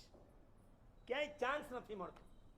આના કરતા હું આપણા ગામમાં આવીશ ને શિક્ષણ ટીચર બનીશ સ્કૂલની અંદર, અને જે મળશે કમાઈ લઈશ. અને એના દાદાનો પત્ર આવ્યો. સાંભળજો, એક શબ્દમાં શું તાકાત હોય છે. દાદાએ એટલું જ લખ્યું, બેટા જિંદગીમાં ગમે ત્યારે ગમે તેવી પરિસ્થિતિ આવે એનાથી ક્યારે ભાગતા નહીં. સીએમાં ફેલ થયા છો, કાકરિયાને યાદ નહીં કરવાનું, પંખાને યાદ નહીં કરવાનું, બાથરૂમની અંદર નહીં જવાનું, સુસાઇડના કોઈ વિચાર નહીં કરવાના. અનુપમના દાદા હતા, એને ખેરને લખ્યું કે બેટા જિંદગીમાં ક્યારેય કોઈ પરિસ્થિતિથી ભાગતો નહીં. અને પછી લખ્યું, જે માણસ પાણીથી ભીંજાય છે એ માણસ ક્યારે ધોધમાર વરસાદથી ગભરાતો નથી. બેટા હજી તો તું ભીંજાયો છે, આના કરતા વધારે ધોધમાર વરસાદ તારા ઉપર પડે ને તો પણ તું ડરતો નહીં. અને આ શબ્દોએ અનુપમ ખેરની જિંદગીમાં પાછો જાન લાવી દીધો. અને પછીની અનુપમની લાઈન બદલાઈ ગઈ, લાઈફ બદલાઈ ગઈ. આપણે ફિલ્મી લાઈનમાં ગયો, એને એક્ટિંગ વગેરે કર્યું, એની સાથે કોઈ મતલબ નથી. આપણી વાત એટલી જ છે, તમારા 2 શબ્દમાં તાકાત હોય છે, કોઈને ઉપર ચડાવી દેવાની. અને તમારા 2 શબ્દમાં તાકાત હોય છે, ઉપરથી નીચે પછાડવાની. તમારા શબ્દનો પ્રયોગ કયો કરવો, કેવો કરવો, કેવી રીતે કરવો તમારે નક્કી કરવું છે. ઉપર ચડાવશો તો જિંદગી ગાર્ડન થઈ જશે. હવે બાગ નથી બોલતા ને, દિલ ગાર્ડન થઈ જાય છે. બસ તો ટંગને ગાર્ડન કરો તો દિલ ઓટોમેટિક ગાર્ડન. અને ટંગ જો ગાર્બેજ હશે તો દિલ ભી ગાર્બેજ થઈ જશે. માટે જિંદગીમાં જીવનને ગાર્બેજ ન બનાવવું હોય તો જીભને ગાર્ડન બનાવી દો, ઓટોમેટિક લાઈફ ગાર્ડન બની જશે. એ શુભેચ્છા. વિતરાગ પરમાત્માની આજ્ઞાવૃત કંઈ પણ બોલાઈ ગયું હોય, મિચ્છામિ દુક્કડમ.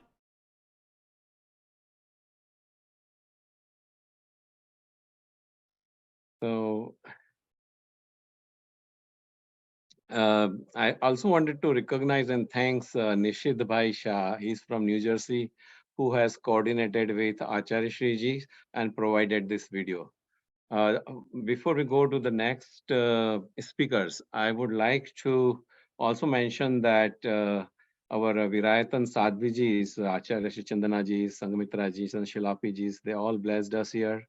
And Acharya Shri ji is the founder of Virayatan, and she has instrumentally sent the message of Seva, Siksha, and Sadhana across the globe.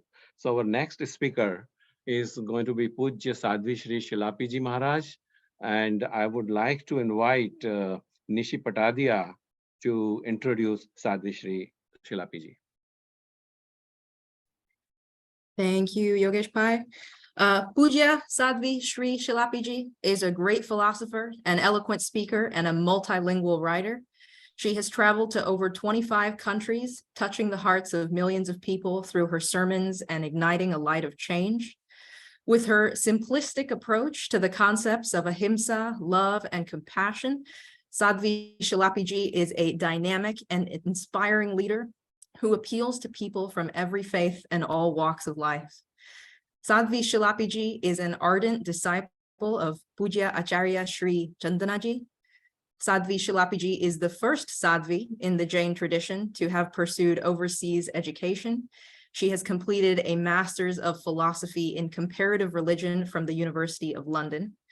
And together with Acharya Chandanaji, she has established Virayatan Vidya Peeth in Kutch, Gujarat, which is a large-scale relief and rehabilitation project that creates numerous opportunities for the educational and professional development of rural communities.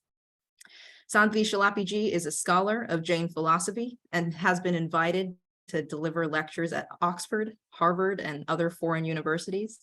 She has also spoken at various large conventions like the World Religion Conference in Cape Town, Chicago, and Toronto, and the Interfaith Meeting in Israel, to name a few. I'll pass it to Sadhvi Shri Shilapi Ji.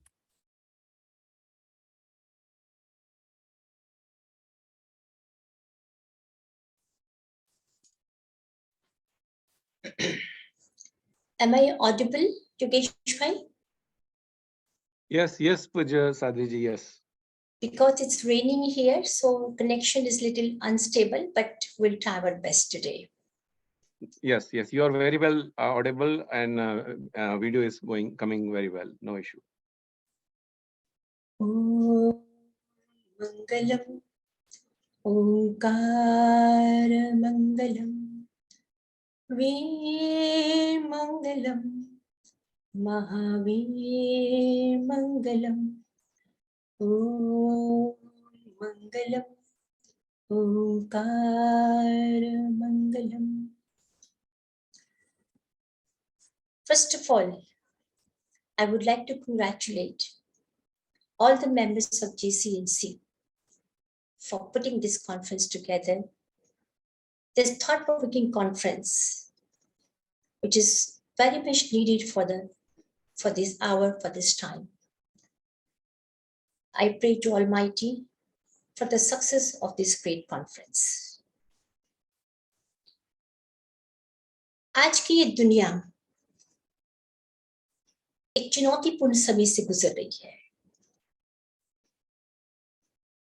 हिंसा, वैमनस्य, द्वेष, these kind of words have become synonym to our lives.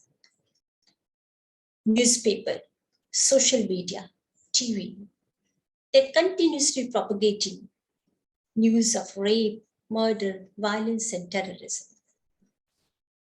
And by continuously listening to these negative thoughts, it seems that our make has also become negative.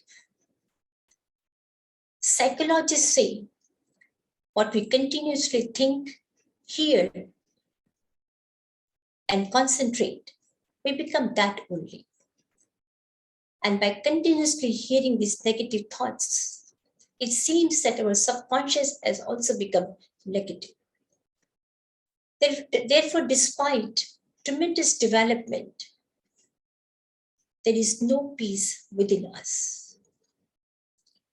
300 साल पहले जब इस दुनिया में scientific और इंडस्ट्रियल रेवोल्यूशन नहीं हुआ था, before the scientific and industrial revolution, we thought that we are not happy because we do not have comforts.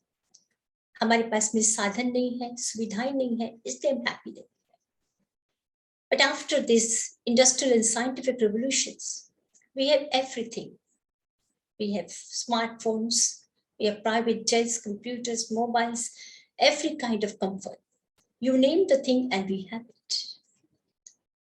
लेकिन मनस्वित कहते हैं कि 300 साल पहले मनुष्य पेड़ के नीचे बैठ के रोता था, अब एयर कंडीशन में बैठ के रोता है. The crying is not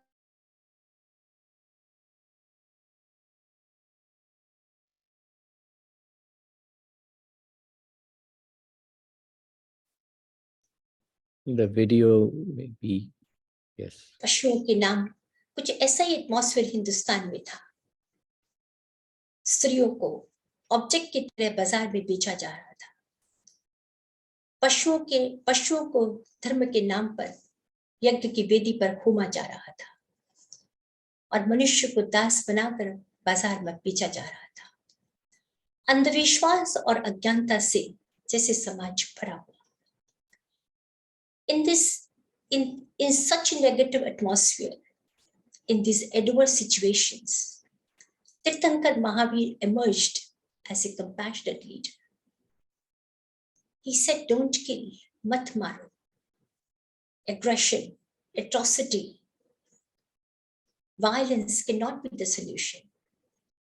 And Acharya Chandanaji simplified this whole thing by saying, हिंसा के शस्त्र से नहीं, प्रेम के शास्त्र से समाधान होगा. भगवान महावीर proclaimed, जम इच्छसि अपनतो, जम च न इच्छसि अपनतो. The way you want others to treat you, you should treat others in the same love and respectful way. And because of this compassionate leadership style of Bhagwan Mahavir, he was able to embrace millions of people with him. जहां गए वहां लोगों को अपने साथ में जोड़ते चले गए. Even the Brahmins who were doing the sacrificial rituals, and Mahavir the total campaign of Mahavir was against those sacrificial rituals. But the leadership of Mahavir was so amazing. His compassionate leadership was so powerful. He was able to convince his opponent Brahmins to listen to his message. They not only left the sacrificial rituals, but they came to the side of Mahavir and became his main disciples, 11 Gardhars. That was the magic of his compassionate and love for leadership. Mahavir's style of leadership, compassionate leadership, was assiduously followed by many of his disciples. The Jain history shows that many Samans, many Shravakas, and many kings, they followed this path of compassionate leadership. उन्होंने अपने व्यवसाय का विस्तार किया with the Jain values in their minds.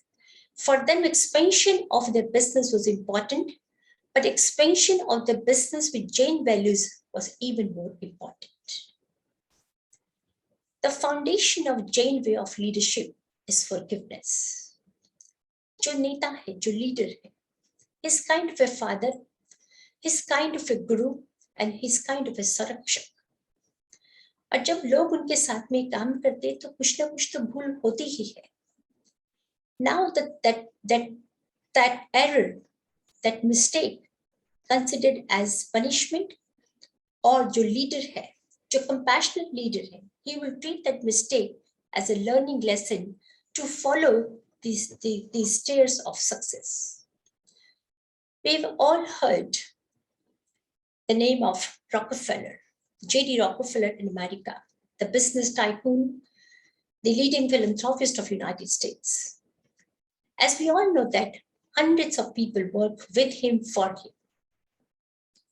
And once an employee committed a mistake, and because of that employee's mistake, the company ran losses of about $2 million.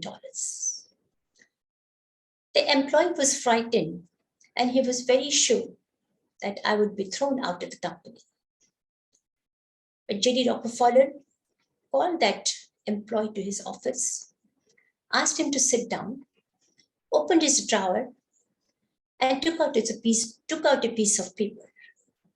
The employee thought that this is definitely my termination letter. But to his surprise, J.D. Rockefeller said, "This is the letter of your promotion." And he was shocked. But Rockefeller said, कि तुम्हारे कारण से, because of you, company has gained a lot of profits in the past. A lot of success stories are attached with you. Maybe this time the situations were not right. The atmosphere in which you were working that was not right.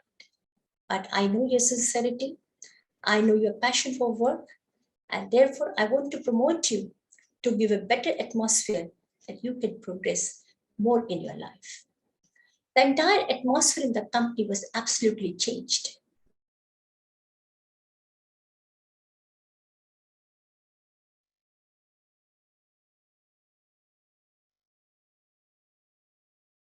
There might be some problem with the video, but go ahead. Yeah, actually, she is live. Yeah. Yes, please go ahead. Although J.D. Rockefeller was not Jain, but his way of leadership was absolutely a Jain way of leadership, imbibed with forgiveness and compassion in the way he dealt with the people. The doctrine of ethics for the Jain way of leadership is based on 3 values: non-violence, ahimsa, anikant, and aparigraha. As we all know, non-violence means not to cause harm to others through body, mind, and speech. लेकिन दूसरों के लिए सेवा, परोपकार, करुणा, दया और सहयोग भी अहिंसा है. The first is the negative definition of ahimsa, nivritti purak definition hai ahimsa. And the second is pravritti mulak, that you go and love people. That completes the definition of ahimsa. But normally we say, I do not do anything wrong. I do not commit any violence. I go to my office in the morning, come back in the evening, spend time with my kids, go to gym, watch TV, read some books. I'm not doing anything wrong. I'm not committing any violence. But Bhagwan Mahavir said, गलत करना नहीं करना ही काफी नहीं है, अच्छा करना भी जरूरी है. It's very important that we do not do wrong, but it's very important that we proactively do something great and something good to complete the definition of ahimsa. Bhagwan Mahavir was the greatest example of pravritti mulak ahimsa, proactive doing good. For 30 long years after his Keval Gnan, from one village to another, from one city to another, from one place to another, he continuously moved. And समाज को ऐसी कुरीतियां, स्त्री पराधीनता, दास प्रथा और पशु बलि जैसी कुरीतियों से मुक्त किया. And to a proud, Jain community has followed his example of doing good for many years. In last 2,500 years, Jain community has done tremendous good work by opening Hajra halls, school, college, hospitals everywhere. In 1897, one English authoritative writer wrote that at that time, half of the commerce in the hands of Jains and their philanthropy was on the same scale. So not to cause harm to others and proactively doing good is ahimsa. But Jain way of leadership expects a leader to have capacity to stop the wrongdoing also. अच्छा करना भी जरूरी है, लेकिन गलत होते हुए को रोकना भी Jain leadership category में आता है. Non-violence doesn't mean cowardice. अहिंसा कायरता नहीं है. अहिंसा कायरता नहीं है. बड़ी हिंसा को रोकने के लिए छोटी हिंसा भी अहिंसा ही है.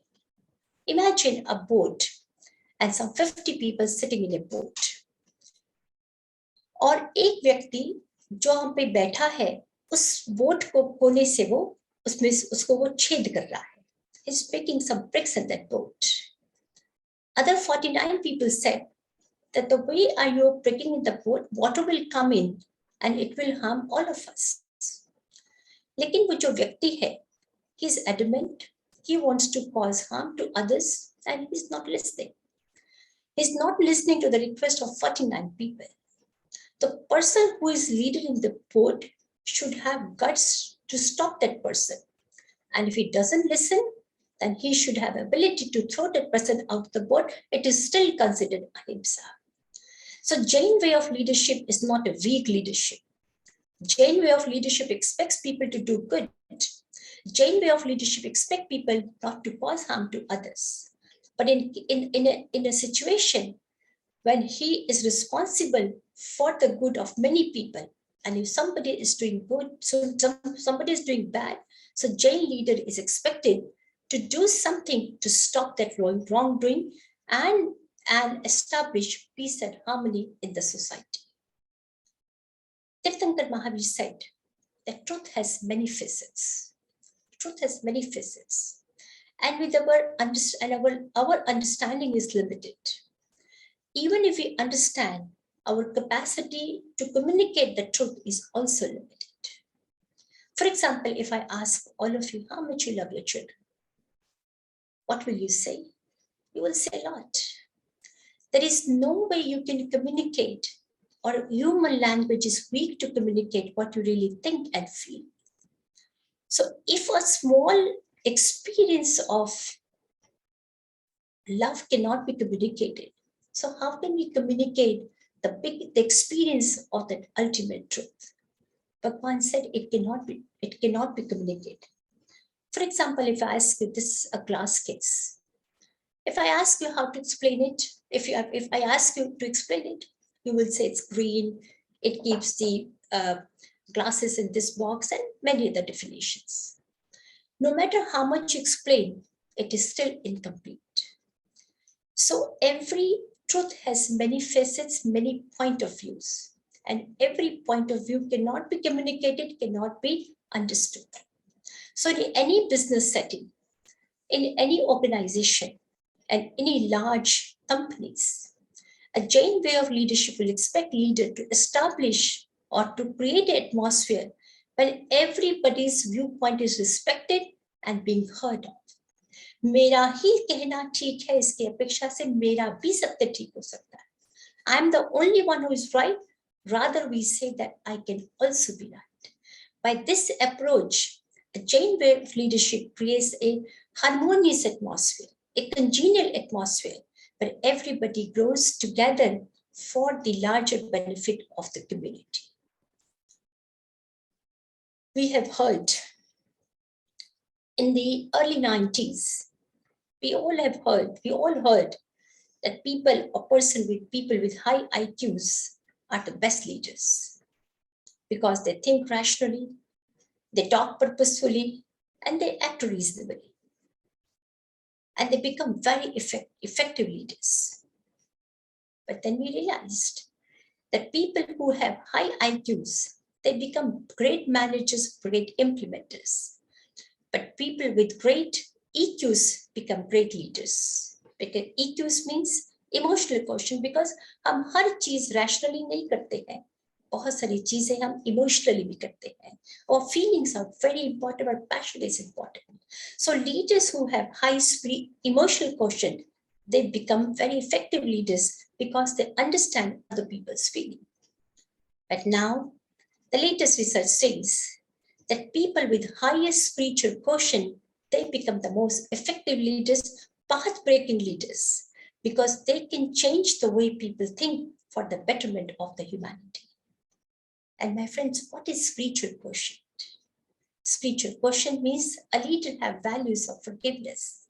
A leader have values of love, compassion, respect for other people's point of view, truthfulness, and not possessiveness. Love and compassion ethos become, they are the virtues of a leader who is highest in spiritual quotient. And needless to say, these are the Jain values. So I want to say that we need to train our leaders. I was listening to Yogesh Bhai, I was listening to Manoj. These are our emerging leaders. They are trained very effectively with management skills. They're trained effectively with communicating skills, which is all great. But in order to become a very effective leader, we need to train our people internally as well with highest spiritual quotient. So they become very, very compassionate. They become very forgiving, and they are able to see things holistically in wholesome way. हम सब Stephen कोवी को पढ़ते आए हैं, सुनते आए हैं. He wrote, we all know, very effective book of habits of highly effective people. And we all know that he wrote about compassionate listening. He recently wrote about compassionate.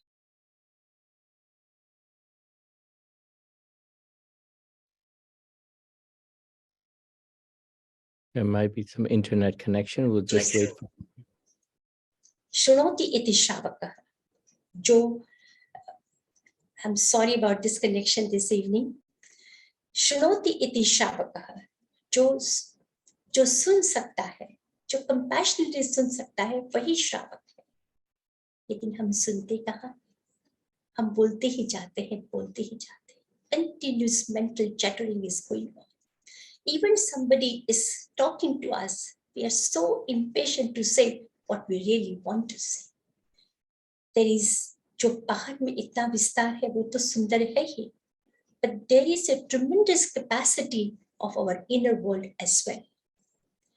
हम जब एक झाड़ को देखते हैं, एक सुंदर पेड़ को देखते हैं, when we see a beautiful tree, a dense tree, blossom tree, what kind of thought comes into our mind?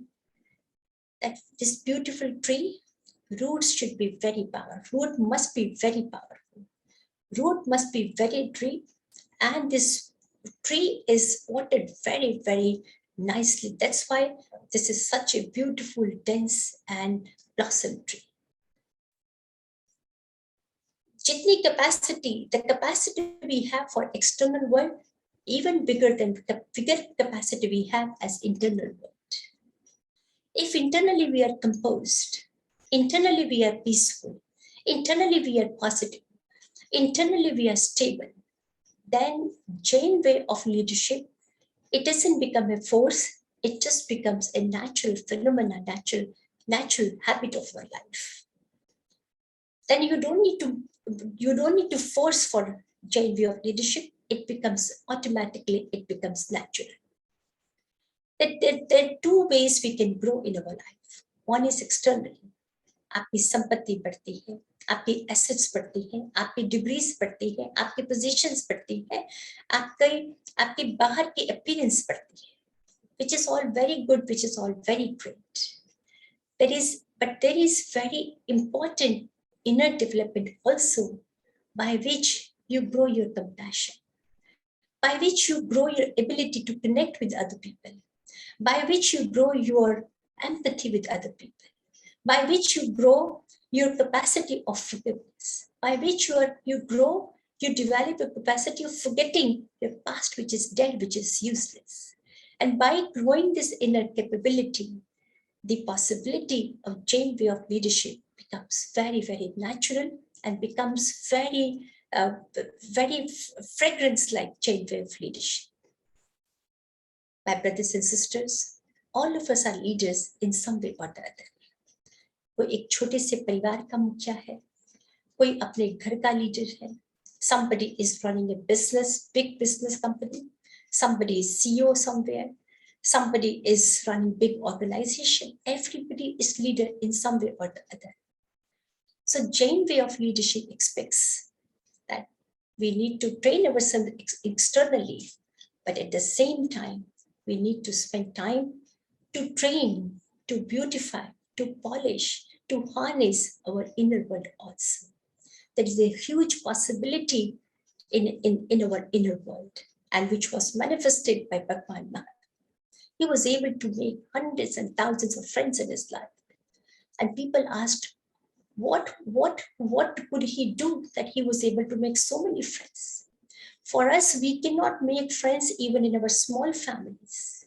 We cannot make friends even in our organizations. But what Mahavir had, which we do not have. Mahavir maximized his capacity of compassion. Mahavir maximized his capacity of love, maximized his capacity of forgiveness, maximized his capacity of empathy, maximized his capacity of connecting with others. All of us have that capacity, but the seed remains seed and we leave this world. So that leadership, to become an effective leader, we need to harness, we need to work our inner world to make our leadership a compassionate leadership. Everybody can make a difference. Some are born to create and lead, others are there to follow and support, but all of us have capacity to make this world beautiful, and all of his capacity to make difference in the world. Once again, thank you all the organizers for bringing this conference together. Thank you very much. Shilapi ji, bahut bahut dhanyavad. You have done a phenomenal job of taking such a broad topic and brought it home to us. आपने बताया कि 300 साल पहले लोग सोचते थे कि basic comforts आ जाएंगी. If we had better, say, air conditioning or something, mobility or communication, that things would be better, but there was not happiness there. Then when we have all of these comforts, and still today, we are still searching for happiness. And so that we must not be looking externally, but we must be looking internally. Aapne bataya how much that the concept of finding a solution to conflicts, if you look at the Vikings, if you look at the Greek history, the Roman history, it was dealt with violence. Or jo aapne bataya, you said how in Jain dharma, Mahavir Bhagwan ne bataya ki solution lies in non-violence, in compassion. Then you took the whole idea of leadership and then brought it to a new level.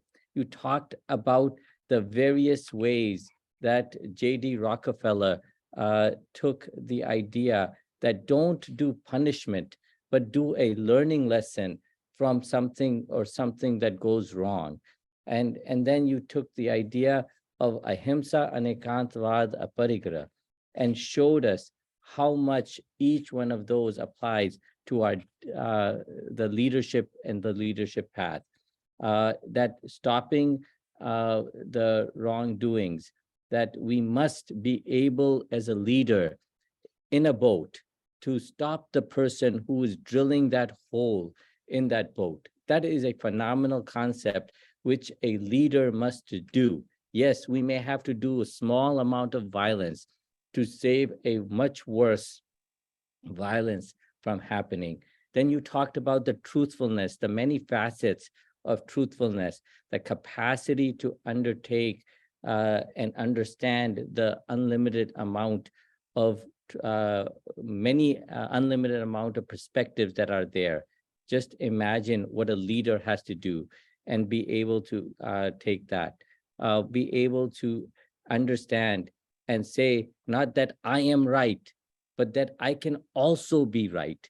How much humbleness and humility it requires, and what a Jain leader. And then you introduce the idea of the spiritual quotient. I was completely taken away by that. I knew intelligent quotient, and I knew emotional quotient. And then you've brought the idea of a spiritual quotient, forgiveness, truthfulness, straightforwardness, those that are brought in by Jain values. And then the ideas and concepts you brought in that we've learned about from Stephen Covey, and how those are very true to Jain values. And then lastly, you finished up with that we must not just look at external leadership. We must really be looking at the internal growth, internal leadership. That is the Jain way of life. So with that, Shilapi ji, बहुत बहुत धन्यवाद. हम आपके बहुत आभारी हैं. We are such great followers of you, and thank you so much for being with us today. बहुत बहुत धन्यवाद. Yogesh bhai, any comments, thoughts before I introduce our next speaker? No, I think you covered really well, Manoj bhai. All I just wanted to say that when we were talking to Pujya Taima, and I raised a concern that it's going to be evening time in India. How are we going to do this?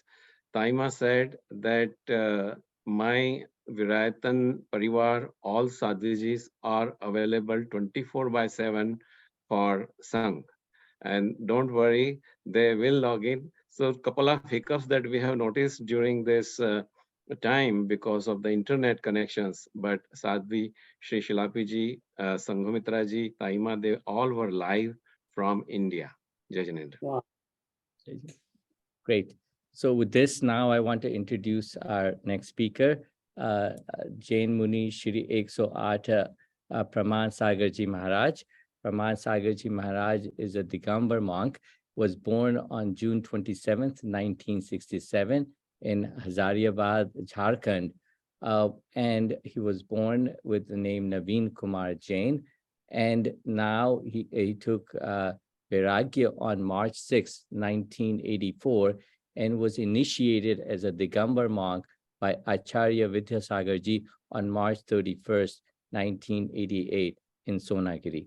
As per religious protocol for Jain monks, Muni Pramansagarji does not stay in one place, and he goes from place to place and only does Chaturmas. He is one of the key religious leaders who has broken the traditional way of thinking and has brought practicalness to life in so many ways. His style of conveying novel ideas bound with the concepts from Jinagam and the complex topics has been phenomenal. I have the chance of listening to him on multiple occasions when he does Shanka Samadhan. He has done a number of initiatives which have been transformative for the Jain community.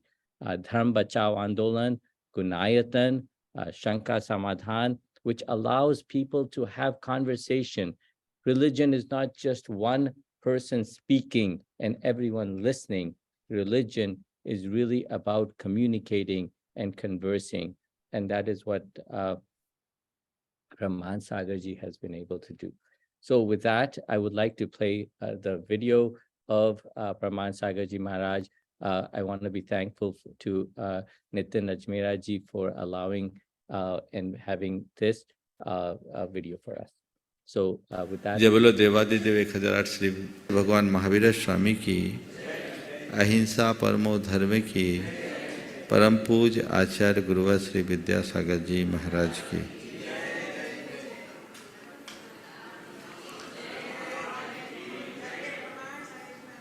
जैना पूरे के पूरे America की एक बड़ी प्रतिनिधि संस्था है समग्र जैन समाज की, और विगत अनेक वर्षों से 7 समुंदर पार जैन धर्म की प्रभावना में बहुत ही उल्लेखनीय कार्य कर रही है।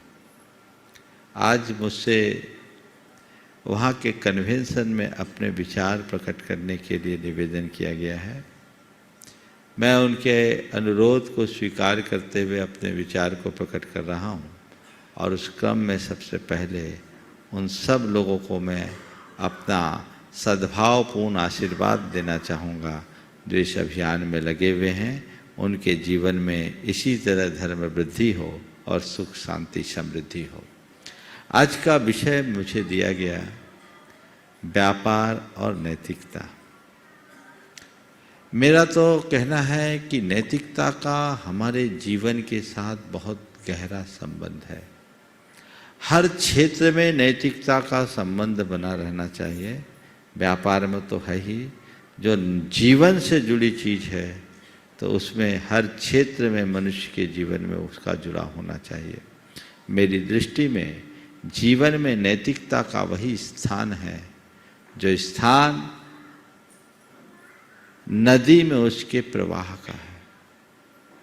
यदि नदी में जल का प्रवाह ना हो तो नदी की सारी शोभा छिन्न भिन्न हो जाए, ऐसे ही मनुष्य के जीवन में नैतिकता का प्रवाह ना हो तो उसका जीवन भी रसहीन समझना चाहिए, उसका कोई औचित्य नहीं। बात व्यापार की है। व्यापार किया क्यों जाता है?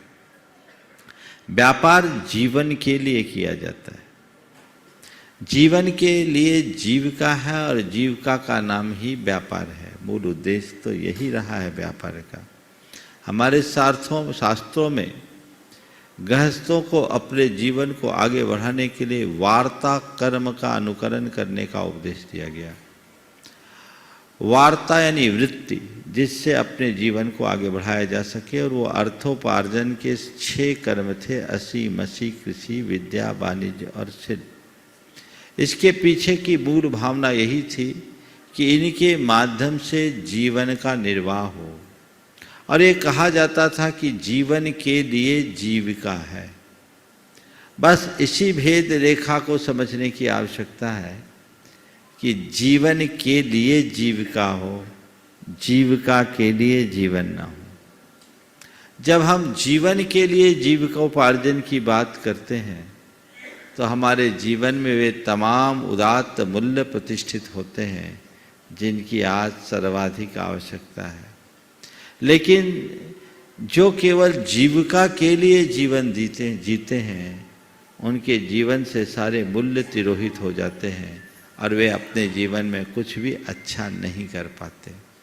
तो मैं पहली बात तो ये कहूँगा कि जो भी व्यापार करने वाले लोग हैं वे इस बात को स्मरण में रखें कि मैं जीवन के लिए व्यापार कर रहा हूँ, व्यापार के लिए नहीं जी रहा हूँ। और जब मैं अपने जीने के लिए व्यापार कर रहा हूँ तो मुझे इस बात का ख्याल रखना है मैं भी जीऊँ औरों को जीने दूँ। जियो और जीने दो के संदेश का यही सार है। जैसे मैं अपने जीवन की सुरक्षा के लिए तत्पर हूँ वैसे ही औरों के जीवन की सुरक्षा के लिए भी तत्पर रहूँ। व्यापार में एक शब्द आता है, वह है कमिटमेंट। ये कमिटमेंट का पालन हर व्यक्ति को बहुत दृढ़ता से करना चाहिए, अच्छे से करना चाहिए, तभी व्यक्ति व्यापार में प्रगति करेगा। धर्म हमें यही सिखाता है कि तुम किसी भी व्यापार कारोबार में हो तो तुम्हारी प्रामाणिकता और प्रतिबद्धता सुनिश्चित होनी चाहिए। ये तुम्हारी नैतिक जिम्मेदारी है। जो व्यक्ति कहे कुछ और करे कुछ वो व्यक्ति धर्मी नहीं हो सकता। और ऐसा व्यक्ति कदाचित धन भले कमा ले, वो अपने जीवन को धन्य नहीं बना सकता। अपने जीवन को आगे बढ़ाना है तो धन कमा करके व्यक्ति को धर्म का भी ध्यान रखने की जरूरत है। जो हम एक दूसरे की हितों को ध्यान में रख करके ही काम कर सकते हैं। जो केवल अपने हित की बात सोचते हैं वे जीवन में सफलीभूत नहीं होते। अपने हितों के साथ साथ औरों के हितों की पूर्ति करने वाले ही जीवन में सफलीभूत हो सकते हैं। इसलिए मैं ये कहूँगा कि नैतिकता को प्रमुखता दें। 4 बातें जीवन में जुड़नी चाहिए।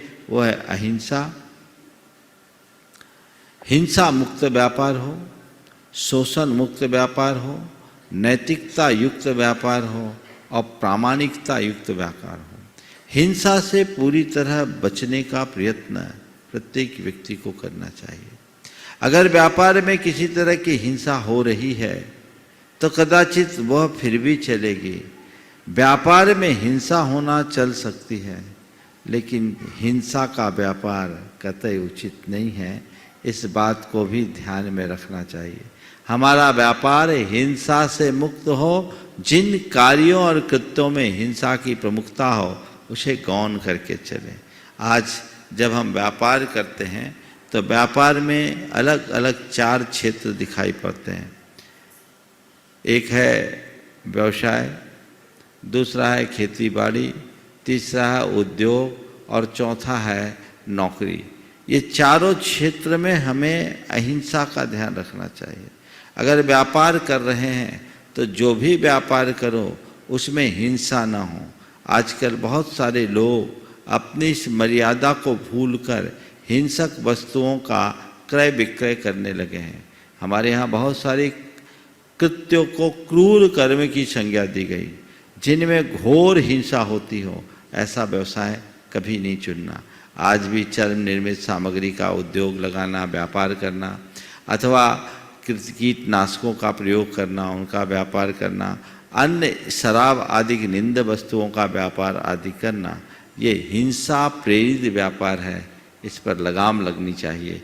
चाहे रूखी रोटी खाने को मजबूर क्यों न हो, पर हिंसा से सनी हुई कमाई घर में नहीं आना चाहिए। ये व्यक्ति को सदैव ध्यान में रख करके चलना चाहिए। तो हिंसा मुक्त व्यापार हो।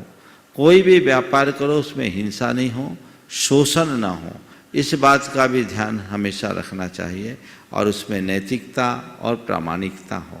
इसी तरह खेती बाड़ी जो लोग करते हैं, वो खेती बाड़ी जो भी करे वो अहिंसक रीति से करे, हमारी पारंपरिक जो खेती वही करे। खेती बाड़ी में कीटनाशकों और रासायनिक उर्वरकों का जो अंधाधुंध प्रयोग है वह एक प्रकार की हिंसा को बढ़ावा है, वो हिंसा की खेती है और हिंसा की खेती जीवन के विनाश का कारण बनती है। इससे व्यक्ति को बचना चाहिए। इसी तरह व्यापार के लिए जो तीसरा माध्यम है वो है उद्योग। तो कोई भी उद्योग लगाएं, वो ऐसा उद्योग लगाएं जो कम से कम पर्यावरण को कम से कम प्रभावित हो और जिसमें प्रत्यक्ष हिंसा की संभावनाएं कम हो, ये उद्योग होना चाहिए। और कहीं नौकरी भी करे, सर्विस भी करे, तो ऐसे संस्थानों में ही करे जिनका उत्पाद अहिंसक हो, हिंसक ना हो। यदि इन चारों को ध्यान में रखें तो आप हिंसा मुक्त जीवन जी सकते हैं।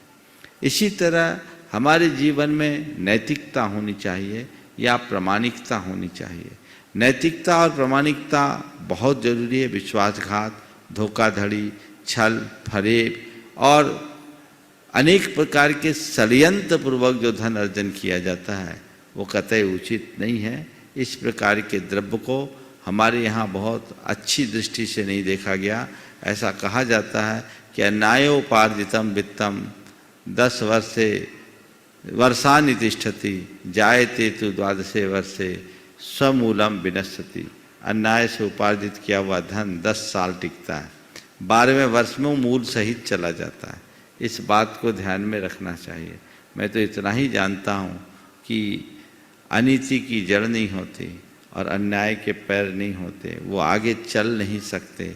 आज नहीं कल जीवन में विफल होना पड़ेगा।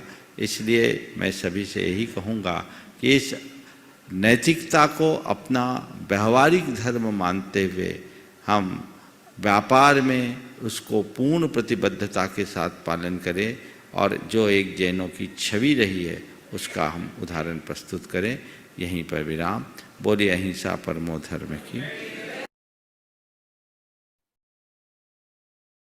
Thank you so much for Pramansagar ji. I'm going to ask Yogen Bhai Jain to summarize, and he will also take us to the next panel. I'll do the introduction for Yogen Bhai Jain. He's based in Boston and member of the Jain Center of Greater Boston, as well as the past chair of and the founding member of the JAINA Long Range Planning Committee. He's also been the secretary for JAINA and the vice president of Northeast, and has also worked on developing the book, A Jain Way of Life, and has been one of the key people to bring Tattva Sutra book to life in multiple areas and to day-to-day conversation. He has received the Jaina Adult Award as well. He's a Parshala teacher for college students, and as a professional, works on the telecom and healthcare arena, on machine learning and artificial intelligence.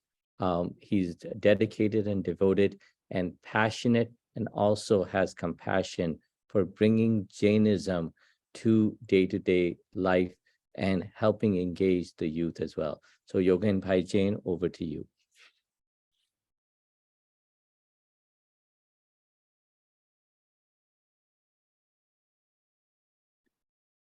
You may be on mute, Yogen Bhai. I think you may be on mute. So Yep. Sorry about that. So Jai Jineendra, everybody, and thank you for the wonderful speakers that we've had. And what I like to do is I've been asked to summarize what Pramansagar ji mentioned.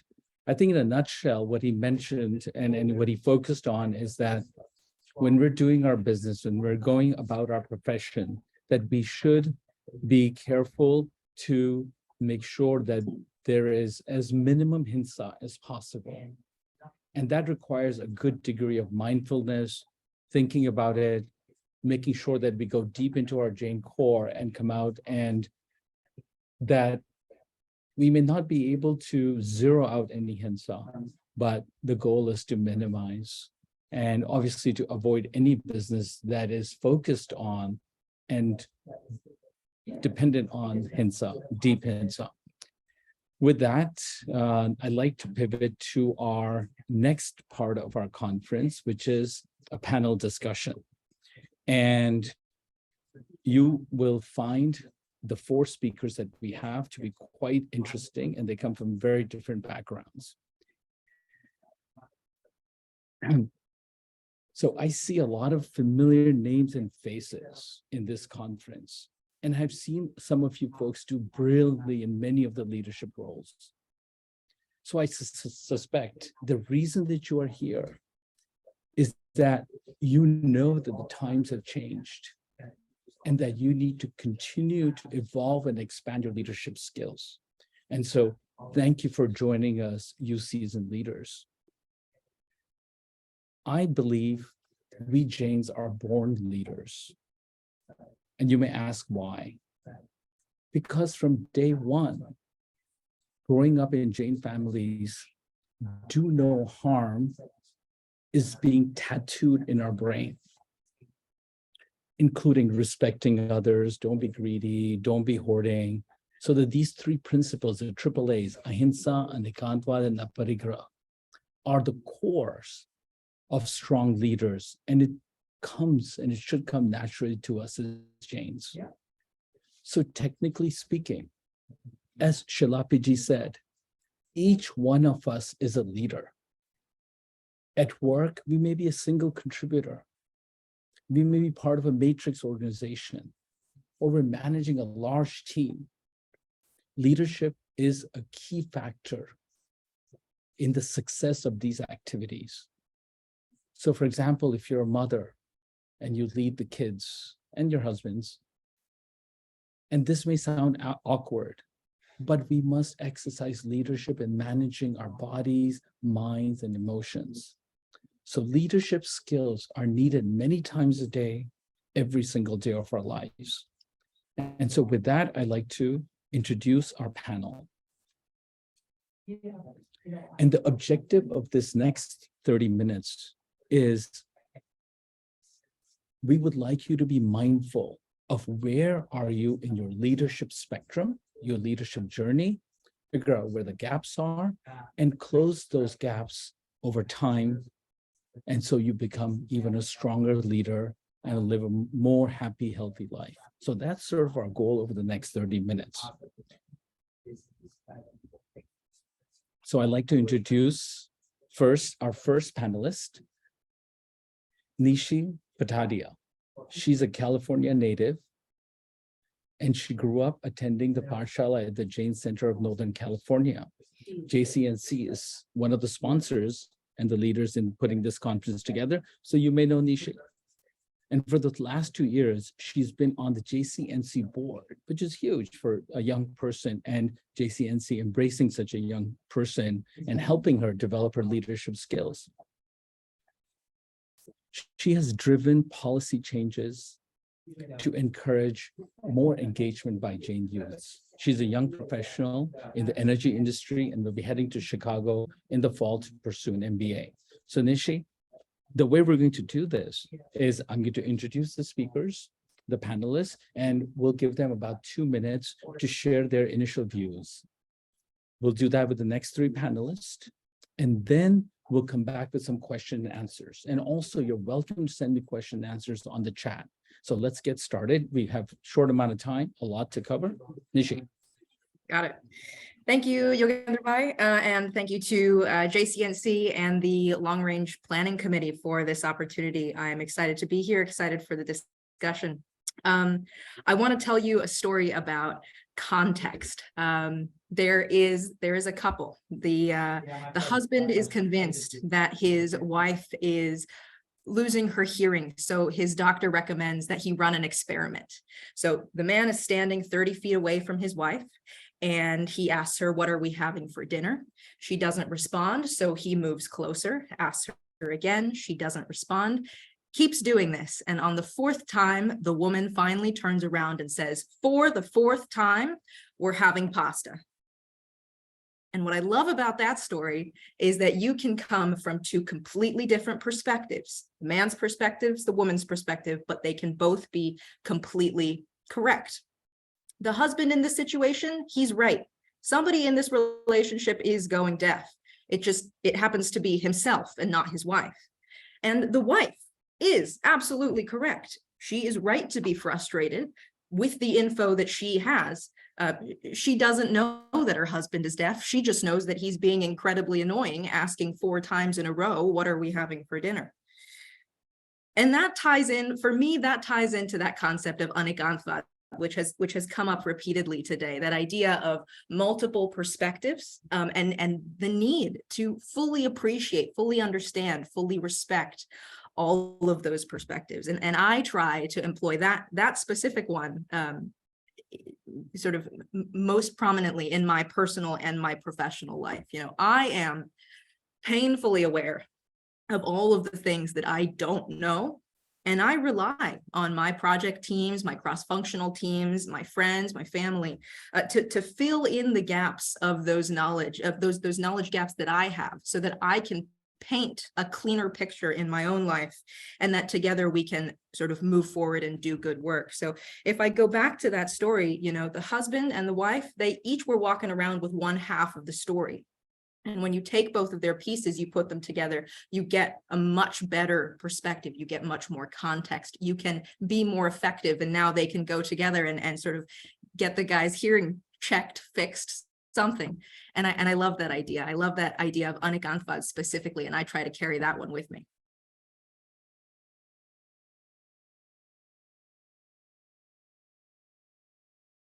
Yogen Bhai, you're on mute. Yogen Bhai, you're on Okay, mute. got it. So, All right. So I wasn't able. Hey, Nishi, thank you. I suspect you're not married, and so it's easier for you to make husband-wife jokes, but some of us stay away from those. Okay. I am not married. I'm safe. Our next panelist is Prem Jain. I don't even know where to start his introduction, but let me take a crack at it. Prem Bhai is the epitome of someone living a Jain way of life, offering time and service to Jain organizations, and in parallel, being a highly successful professional and a leader.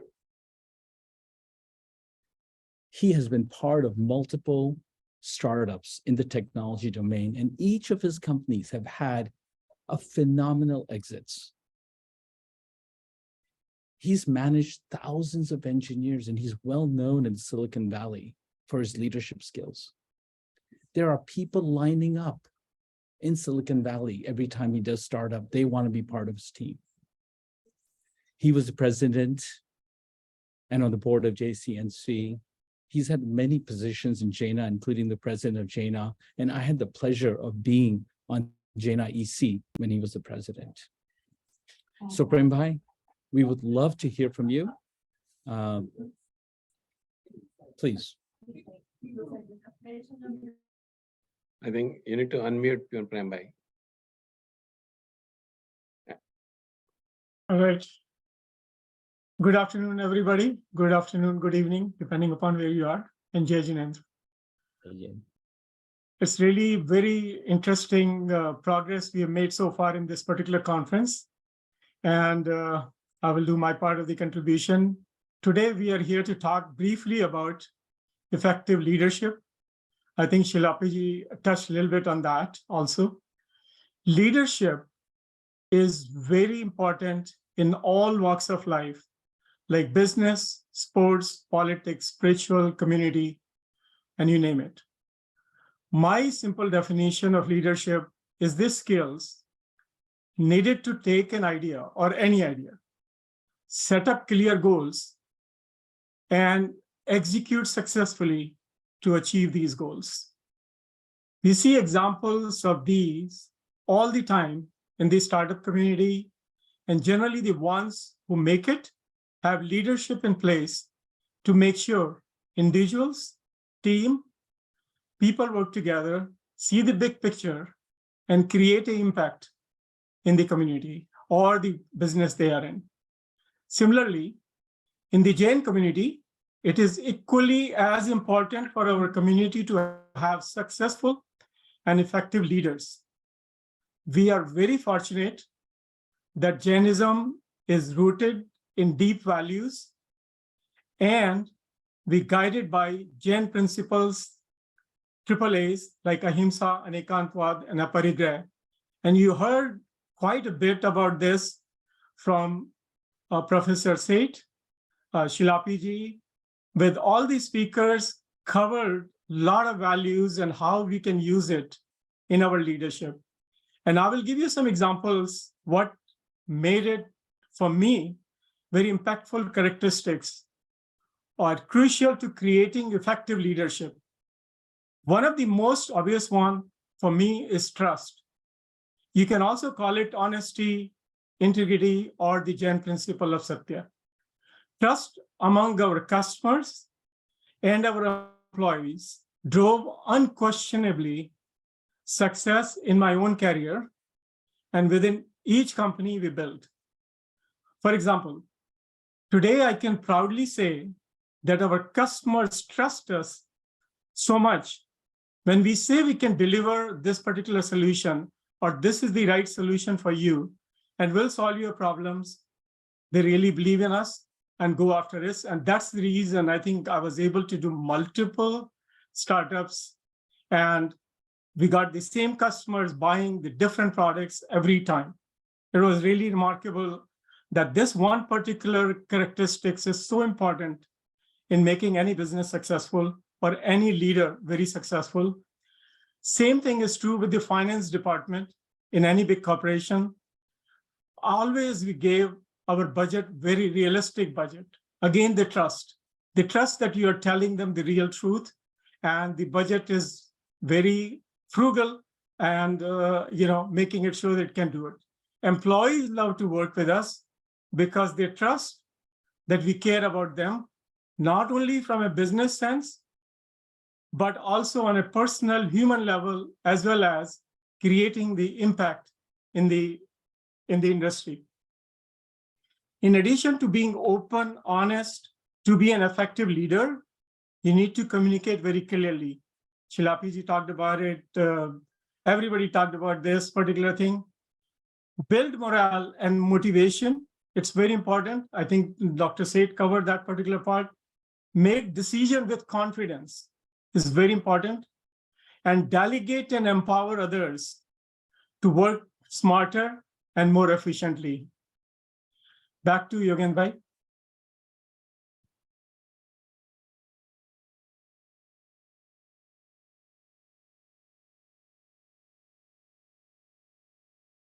Yogen bhai.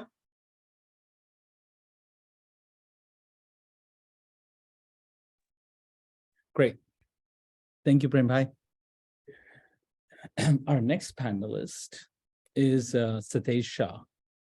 And so Satish lives in New York and is a technology consultant at Price Waterhouse, one of the largest consulting companies around. And he has served on the YJA executive board. I don't know about you guys, but I have seen people serve on YJA executive board, and it is probably one of the greatest challenges and opportunities to become a stronger leader. He was the co-chair and chaired the YJA convention in Dallas.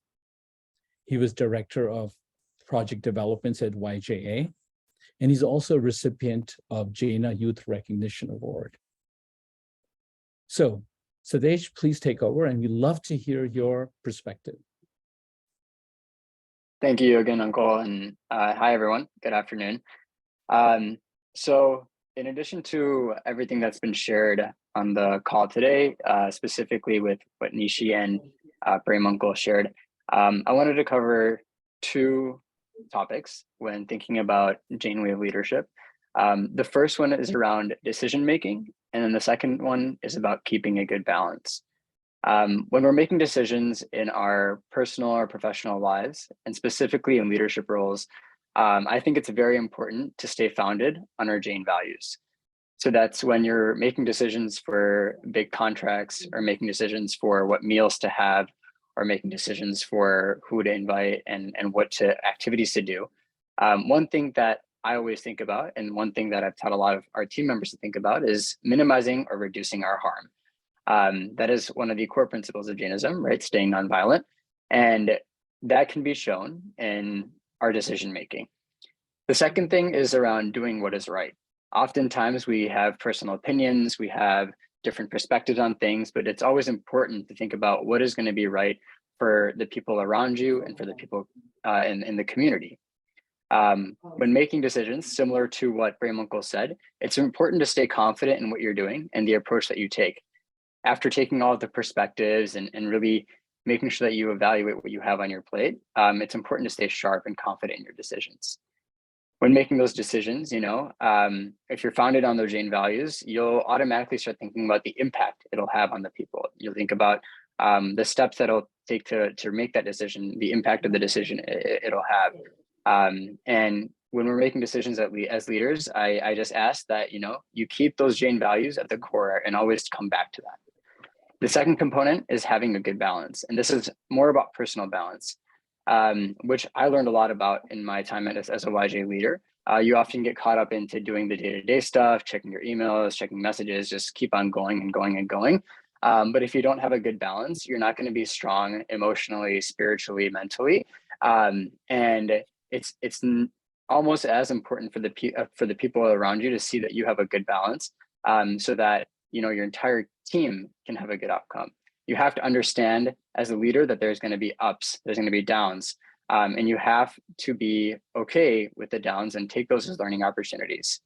With these two things in mind, similar to everything that has been shared on the call today, this will help people be more compassionate as leaders, enable trust, have effective communication, building a really good culture, empowering others, and obviously delivering a very powerful and impactful experience or solution. Great. Satish, thank you so much. And the next panelist and the last panelist, and by the way, after this, we'll go around and ask these panelists some very specific questions. The next panelist, I believe, we're actually very lucky to have him. He's probably by far the busiest Jain in North America. Do you know why? Well, the next panelist is Bindesh Shah. Yes, he is the JAINA's first VP, not the first vice. And he's a convener of the JAINA 2023 convention, which I think is going to be one of the biggest, most wonderful experience. He was awarded the JAINA Adult Leadership Award, and he's had multiple leadership positions in Jain Center of Southern Florida. And I see him as sort of the leader who is letting the old leaders sort of go, not in sunset, take on other positions, and step in and provide new direction, new leadership for Jains in North America. So Bindesh, we'd love to hear from you. Thank you, Jai Jinendra. So as Yogesh Bhai mentioned, yes, convention is my second full-time job. And so that's where, I'm going to share some of my experiences today and excellent messages from the speakers today. And I just want to take a minute to say something about the JAINA convention, where most of today's speakers will be present to learn in person. So this biennial in-person JAINA convention 2023 is coming after 4 long years of wait to Lakeland, Florida, that is in the vicinity of Orlando and Tampa during 30 June and 3rd July weekend. So please visit jainaconvention.org website for more information. Every 2 years, all the Jains in North America get together to celebrate our Jain heritage, mixing it with traditional and contemporary touch. And now, rather than giving more information. I didn't realize that advertisements were allowed, but go for it. I'm just kidding. And just to, little bit more on that one. I'm not going to give more information. I'm giving you invitation No, I'm just to kidding. next week, It's part Saturday. of the plan. Next week, Saturday, 25th March, we have 2 50-minute session town hall. So please attend. One is at 11 a.m. EST and second one is 2 p.m. EST, depending on your schedule. Please attend it. And convention team will showcase various activities planned, speakers and opportunities for volunteering and supporting this, grand Jain community. And I will share some of my experiences later on as a part of the panel. Thank you. Great. So let's start with some questions. So Nishi, most young people are busy developing their careers and don't have much time to take on leadership roles in sort of volunteer roles. How do you do it and why do you do it? Gotcha.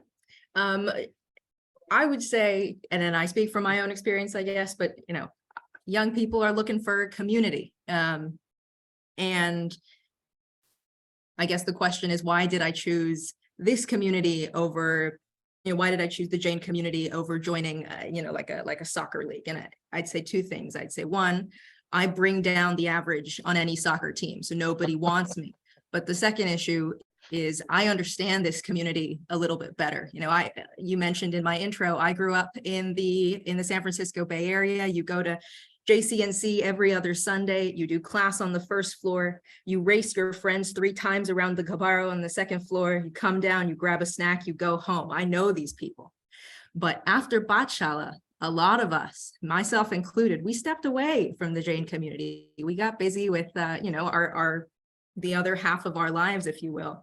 And I want to bring, I want to work with YJA and FJLP and with the other sort of younger Jain organizations to bring that generation and the next generation back to the Jain community, to the Jain temple. In short, I want more friends. These were good people. I knew them when I was younger, and I want to hang out with them again. That's what brings me here. Wonderful. We'll get back to you with some more questions later, but I wanted to get to Prem Bhai. Prem Bhai, you've held so many leadership positions and you've been super successful. If you could turn time back, what would you change in your leadership or style or practice? I think it's a very good question. And, I was thinking about it, that if I had to go back and roll back anything which is I have done, I will not make any change in reality. I really enjoyed what I did. I really, feel good about it.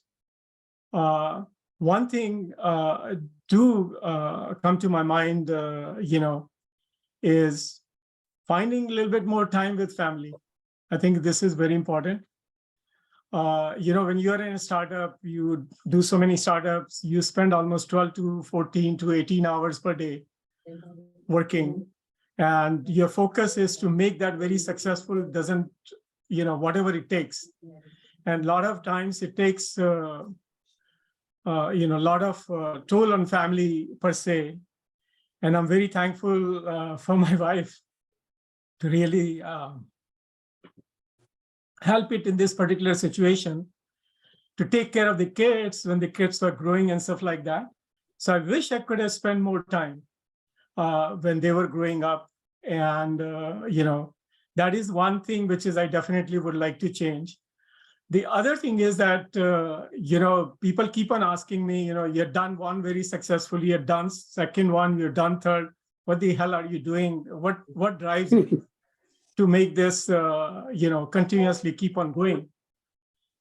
Only thing is that for me, I think I like to mentor a lot of young people. I like to make sure they get better than me.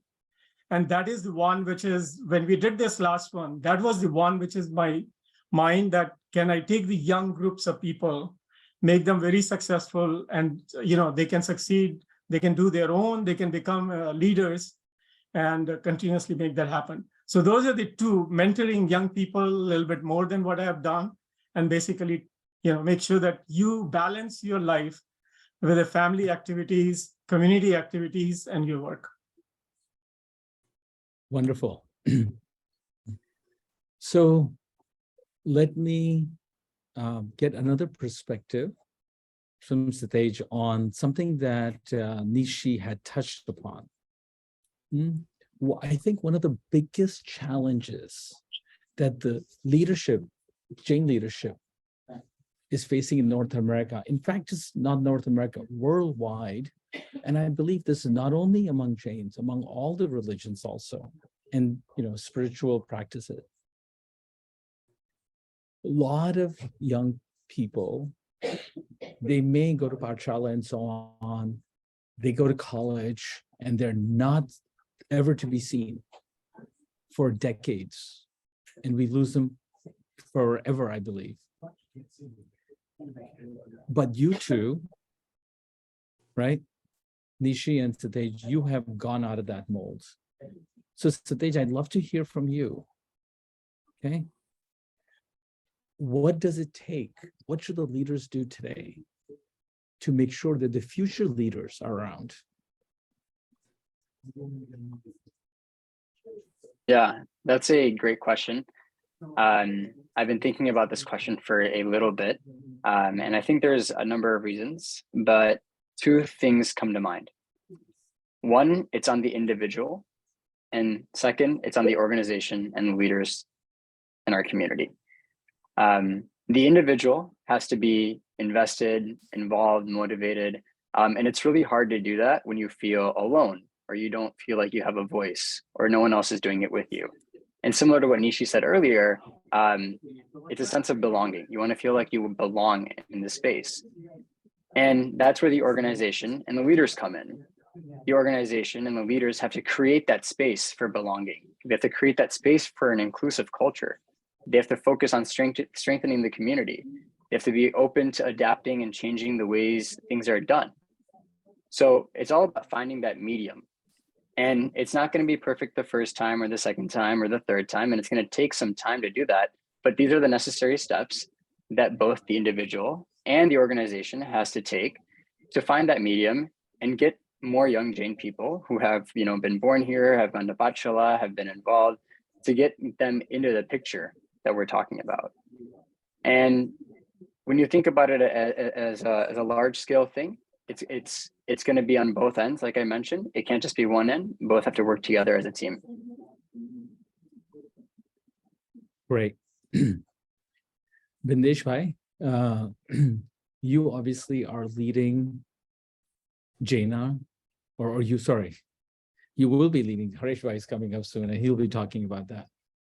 But you've been working on the convention, you've been managing probably hundreds of members and so on. What insight do you have about Jain leadership, and what can we do to make sure that all the executive committees that are throughout all the Jain centers, there are probably 60, 70 Jain centers, can be even stronger, work harmoniously, work for a common cause? What insight do you have for that? Thank you, Yogan Bhai. Yes, it is true. My leadership skills are challenged every day while I'm planning, while we are planning as a team a convention. And so I have to kind of, go back to rely on the basic Jainism principles here. Ahimsa, Anekantvad, and Aparigraha, and literally that fashion. So just give you small examples, and then I come to Jain Center, part. First is to develop the listening skill, which is to receive the feedback. And that allows me to put another party at ease. And many times that feedback has allowed me to take a break from what seems to be a best path forward, to prompt and rethink, and maybe it's a better outcome. Also, sometimes I have to do it, is how to apply ahimsa. Serving in community is kind of a learned skill.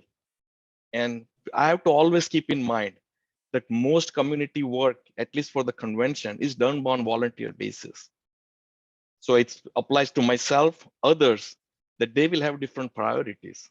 So how I apply ahimsa principle is someone with having a different priorities, I'm not going to get upset. I understand that is part of ahimsa. And then secondly, I have seen, because there are so many elders, they are excited about coming to convention. We have to give them, or Jain Center leaders, there's elderly leaders. We have to give them a due respect and bring them at ease. And I cannot just go and apply my corporate professional demeanor and expect that to work in the community area. So this is a kind of, ahimsa, how I apply, stay calm, humble, respectful. And when I'm challenged with a decision fork, I take path of least hurt. And another one is basically trust and keep faith in the volunteers. And how I apply aparigraha, letting go, delegate, and empower. So that is how I try to do in convention planning. And how we kind of, addressing your question is how we can get Jain centers involved. We are trying our best to get to all the Jain center leadership to start participating in JAINA planning, because nowadays everything is done online, and we are basically anyone can be a part of a planning. Only execution part is at the end. So we need all the global, national Jain center leaders, to even youth leaders, to participate in the planning, and we can make this as a great convention. And so this is how we can involve the Jain centers, and we can be a cohesive JAINA where we can be proud of that we are working on the both direction. So that is my general outtake on that.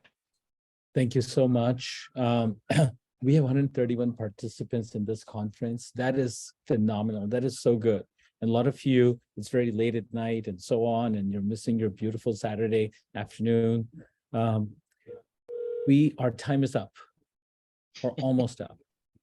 Okay? All great things must come to a pause, and then we'll continue. So what I would love to have is a quick 45-second, 1-minute summary, final thoughts from each of the panelists. So I'm going to start from reverse. I'm going to go with Sadhvi. Please share with us. Yeah, quick 45 seconds. Keep your Jain values at the foundation of everything that you do as a leader. Always think about who's coming after you, similar to what Pramansagar mentioned. Think about mentoring the people who are on your team and the people who will take leadership positions after you. And then the third thing is make sure to enjoy and cherish the leadership opportunity that you've been given or put in. You can't take it for granted. So make sure to have fun and always take a step back and be grateful for the position that you're in. Great. Thank you. Prem Bhai? Yeah. So I think thank you, all of you, for joining this. You're all great leader. My one request to you today, starting from today, take accountability where you are in your leadership.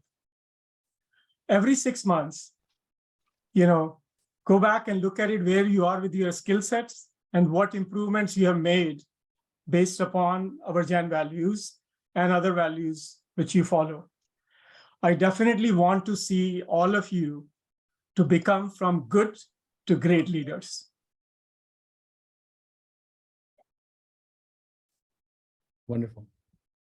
Nishi? I don't think I can say it much better than Prem Uncle and Satej and Bindesh Uncle have. So, I'll just say thank you for the opportunity to be here. It's been a lovely discussion, and it is delightful to see how different people can take the same principles and apply them to their own lives. I appreciate it. Thank you. Great. Bindesh Bhai? Just quickly saying, when you are challenged in your leadership, apply 3 principles, AAA, ahimsa, anekant, and aparigraha. It will take you to the right path. Thank you. So I asked my daughter, who's recently taken some leadership positions, about what is leadership. And she said, being democratic, allow people to take ownership, being transparent, and that's not easy for younger leaders, listening, being decisive, and action item and execution oriented. And I was so impressed by her answers that I thought I should share with you. So with that, I would like to thank all of you folks to be here. And thank you for your time. Thank you for the comments that you've been sharing in chat. And I'd like to pass this over to Yogesh Bhai and Manoj. Thank you. And thank you, panelists, for a wonderful job. Thank you so much, Yogesh Bhai, and thank you, panelists, every one of you. I truly impressed by our young panelists, Satesh and Nishi. I think this is wonderful. The insight that you provide is phenomenal. And also, Bindesh Bhai, we are all looking forward to the convention. And then your comment and your insight that applying a parigraha in leadership is letting go, delegating, and empowering. I really take that to heart. I think that's phenomenal how you are using those skill sets in the very, very difficult position of trying to pull so many people together for the convention. So thank you so much. And then over to you, Yogesh Bhai, for introducing our next speaker. Yes, thank you, Manoj Bhai. And I also would like to comment that particularly the thanks to the panelists, Yogendra ji, Nishi, Prem Bhai, Satish, and Bindesh Bhai. I think what I noticed is that originally we planned that it would be a good panel discussions between seniors and youth. But to me, what I found here is that by heart, by mind, by soul, by all the things that we discuss is we all are in the same age and all young. So that's a great thing. And I want to congratulate Yogendra Bhai and the panelists that you have taken this panel discussions to the very advanced and next level. So congratulations and thank you. With that said, I would like to continue on board our train and then go to the next platform, next stations, and that's going to be our diversified BAPS guest. And for the BAPS Swamijis, I would like to invite Rajesh Rathod to introduce Swamiji. Also, I wanted to make a comment here about the Rajesh Bhai. I think personally for me, he himself is a very big inspiration. We joined him a couple years back here in local BAPS center. And since then, when I looked all their volunteers and Rajesh Bhai and the Swamijis here, I am fond of their seva. I think the Jainism talk about seva a lot, volunteerism a lot, but I personally think that keep an eye on this good learnings and the whole set of empathy, whole set of what is the service, what is the seva you can take to the advanced level in this form. And that's where I learned from Rajesh Bhai and the team. Welcome, Rajesh Bhai. Please take the stage. Yeah, Jai Jinendra, Jai Swaminarayan, Namaste everyone. I'm a community affairs volunteer at BAPS Swaminarayan Sanstha. Before I introduce our next speaker, Pujya Bhaktivardhan Swami from BAPS, I want to thank Yogesh Bhai Bapna, Mittal Bhai, and JAINA leadership for inviting BAPS to this conference and also inviting Mahamahopadhyay Pujya Bhadresh Das Swami to JCNC last year. Swaminarayan Hinduism and Jainism have many shared values. Ahimsa, compassion, forgiveness, seeing divinity in everyone. In today's world, these values are more relevant than ever. And based on the teachings of Bhagwan Swaminarayan and under the leadership of Param Pujya Mahan Swami Maharaj, the BAPS Swaminarayan Sanstha promotes harmony amongst individuals, families, and diverse communities. Founded on the pillars of practical spirituality, the BAPS reaches out far and wide to address the spiritual, moral, social challenges that we face in the world. His Holiness Mahan Swami Maharaj's message is that in the spirit of Vasudhaiva Kutumbakam, let's extend the circle of global harmony Mahabodhi, Pujya Bhadreswar Swami's visit to JCNC was a good example of that. And another example is participation of Jain leaders like Yogesh Bapna in BAPS Unity Forum and Pramukh Swami Maharaj Shatabdi Mahotsav celebration in India. Now, for achieving the goal of global harmony, leaders need to lead with compassion. Our next speaker, Pujya Bhaktivardhandas Swami, will enlighten us on leading with compassion based on the life and message of Pramukh Swami Maharaj. Pramukh Swami Maharaj was an epitome of leadership. He was an epitome of compassion and divinity. I hope all of us will be able to learn important lessons of leadership from Pramukh Swami Maharaj's life. So who is our next speaker? Pujya Bhaktivardhandas Swami was raised in the United States. Before becoming a sadhu, he lived in Texas and New Jersey, where he graduated from the Rutgers University. In 2004, Bhaktivardhandas Swami was initiated into the holy sadhu fold by His Holiness Pramukh Swami Maharaj himself. Swamiji subsequently completed his training in Sanskrit and religious studies from BAPS Swaminarayan Training Center in Sarangpur. Now Bhaktivardhandas Swami serves at the BAPS Swaminarayan Mandir in Houston, Texas, where he helps to coordinate spiritual and youth activities for BAPS. Swamiji is a talented musician and an orator who offers thought-provoking discourses that teach application of spirituality in today's life. So let's invite Pujya Bhaktivardhandas Swami to enlighten us. His topic is Leading with Compassion, Lessons from the Life of Pramukh Swami Maharaj.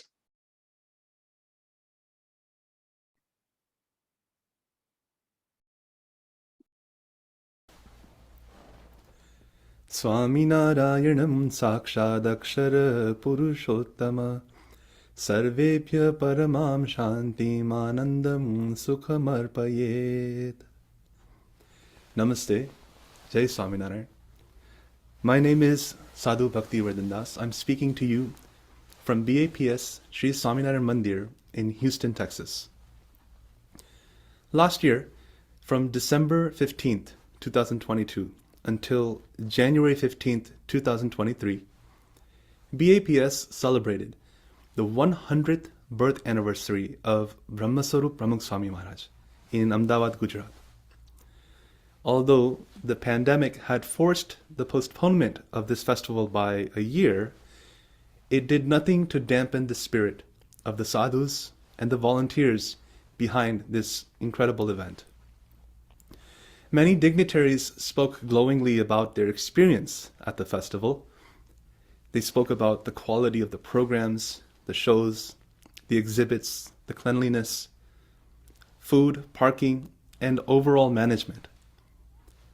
But ultimately, everyone's respect was won over by the 80,000 volunteers who had made this incredible personal sacrifice to help make this celebration possible.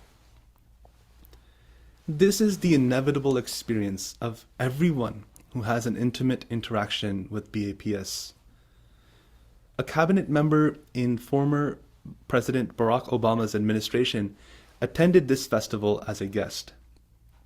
During his stay, he also visited the Akshardham complex in Gandhinagar. While he was having his tour, he asked his guide, Manish Mistry, how much time he spent serving at Akshardham. And Manish Bhai has raised his family while he has done his seva at Akshardham. His wife is a professor and his daughter has also now begun her own career. When he was asked this question, Manish Bhai answered very cheerfully, stating, "Oh, I've been here 14 hours a day, 6 days a week for the last 30 years. The same guest had seen hundreds of young boys and girls volunteer their time at the festival. During his tour of the festival, he also noticed an elderly sadhu picking up and collecting litter indiscriminately wherever he spotted it. And so before we parted, this guest asked me, at some point, you will have to tell me what the driving force is behind all this volunteerism." Pujya Nikhilesh Swami. He received Diksha as a sadhu in 1981. And over the years, in addition to practicing his spiritual endeavors and serving Pramukh Swami Maharaj in various projects and festivals, he has also endured severe health problems. Despite his many chronic illnesses even today, not to mention his status as a recovering cancer patient, he made extraordinary contributions to the success of this event as well. For months, Nikhilesh Swami pretty much lived on the site, cleaning and preparing the site in various ways. This includes work they did in May of 2022, when the average high temperature was 108 degrees Fahrenheit. Some days on the ground, the temperature reached 118 degrees. Still, there were no days off. After the festival, Nikhilesh Swami praised the incredible effort of so many other volunteers and other sadhus, and he spoke glowingly about the blessings of Mahant Swami Maharaj. To this, a sadhu asked him in turn, specifically, how is he able to do so much seva despite all of the personal health-related challenges he faces every day? Pujya Nikhilesh Swami, a no-nonsense, get-things-done type of personality, answered very simply, everyone knows how much Pramukh Swami Maharaj has done for all of us. And with the end of his sentence trailing off into emotion. And so Nikhilesh Swami's simple answer echoed the depth of gratitude felt by hundreds of thousands of people whose lives have been enriched by the extraordinary divine compassion of Pramukh Swami Maharaj. To better understand this compassion, it is useful to differentiate it from seemingly similar terms like sympathy or empathy. Sympathy implies an understanding of someone else's experience. When we sympathize with someone, we are using cognition to understand their pain. And when we may say to them, I'm sorry for your loss, for example. Empathy is when we are able to actually feel what someone else is experiencing. A very simple way of understanding this is when we witness someone get injured. We may flinch or even grimace as a response to having just witnessed the injury. Thus, when we empathize with someone else's pain or suffering, we're able to experience what they experience. But compassion is beyond just being able to experience someone else's suffering. The word comes from a Latin root which means to suffer with. Now, in order to exercise compassion, when one confronts someone else's suffering, they must not deny the suffering or run from it, and they cannot become overwhelmed by it. But they do choose to stay with the suffering, enough to gain perspective by staying with it, and then working to alleviate it. Understood in this way, it's a little bit easier to appreciate how compassion was an always present undercurrent to the monumental achievements in Pramukh Swami Maharaj's life. On August 11th in 1979, there was a catastrophic dam failure on the Machu River in the Saurashtra region of Gujarat. 20 minutes after the breach, 5 kilometers downstream, the town of Morbi was hit with a 30-foot wall of water. Some of the lower-lying areas of the town remained under 20 feet of water for the next 6 hours. Thousands of people had died. At the time, BAPS did not have a well-developed volunteer infrastructure, but Pramukh Swami Maharaj, who was 100 kilometers away at the time, once he heard of the news, he sent out an urgent appeal to BAPS members throughout the state of Gujarat via radio about the critical need in Morbi to help survivors get back to normalcy. In the beginning of the BAPS relief effort, 107 women volunteers prepared food for 2,000 people every day. In addition to this, 1,511 volunteers from all over the state responded to Pramukh Swami Maharaj's appeal. They faced a monumental cleaning project. The city, its streets, and the buildings along it were filled with mud, debris, dead bodies. They wouldn't even be able to wear shoes while they worked. They were about to endure the most physically and emotionally draining experience of their lives. A little less than 2 weeks into the cleanup, Pramukh Swami Maharaj himself came to get a first-hand account of the ongoing work. His presence gave everyone a huge lift. Swami Shri was pleased with the effort of the volunteers, and some volunteers had thought that Swami Shri's presence meant that they were going to all be able to return to the welcome comfort of their homes. But at the time, Swami Shri spoke to the volunteers in an assembly, informing them that no one should entertain thoughts of leaving before the work here is complete. In total, those 1,500 volunteers spent 50 days cleaning 17 streets, 1,300 buildings, 9 factories, 5 banks, 9 shops, 6 clinics, 4 temples, a cowshed, not to mention the Morbi Engineering College. While he was in Morbi, Pramukh Swami Maharaj came to know that the Muslim holiday of Eid was upcoming. He instructed kitchen volunteers to make sure they made arrangements for a meal that included sweets. And so on August 25th, 1979, on the day of Eid, 5,000 Muslim survivors of the Morbi Dam catastrophe were served jalebi in honor of their revered holiday. And so, the spirit of volunteerism that is now a hallmark of BAPS traces its dedication and sacrifice to the compassion of its leader for over 4 decades, Brahmasarup Pramukh Swami Maharaj. The manifestation of Pramukh Swami Maharaj's compassion has been well documented through disaster relief efforts. For example, his prolonged, insightful, and detailed response to the Bhuj earthquake in 2002 has left a legacy that Gujarat will never forget. And so, Pramukh Swami Maharaj's stature in history and the broad scope of his accomplishments compels us to look at his work at a macro level in order to do some justice to the volume of work that he has achieved.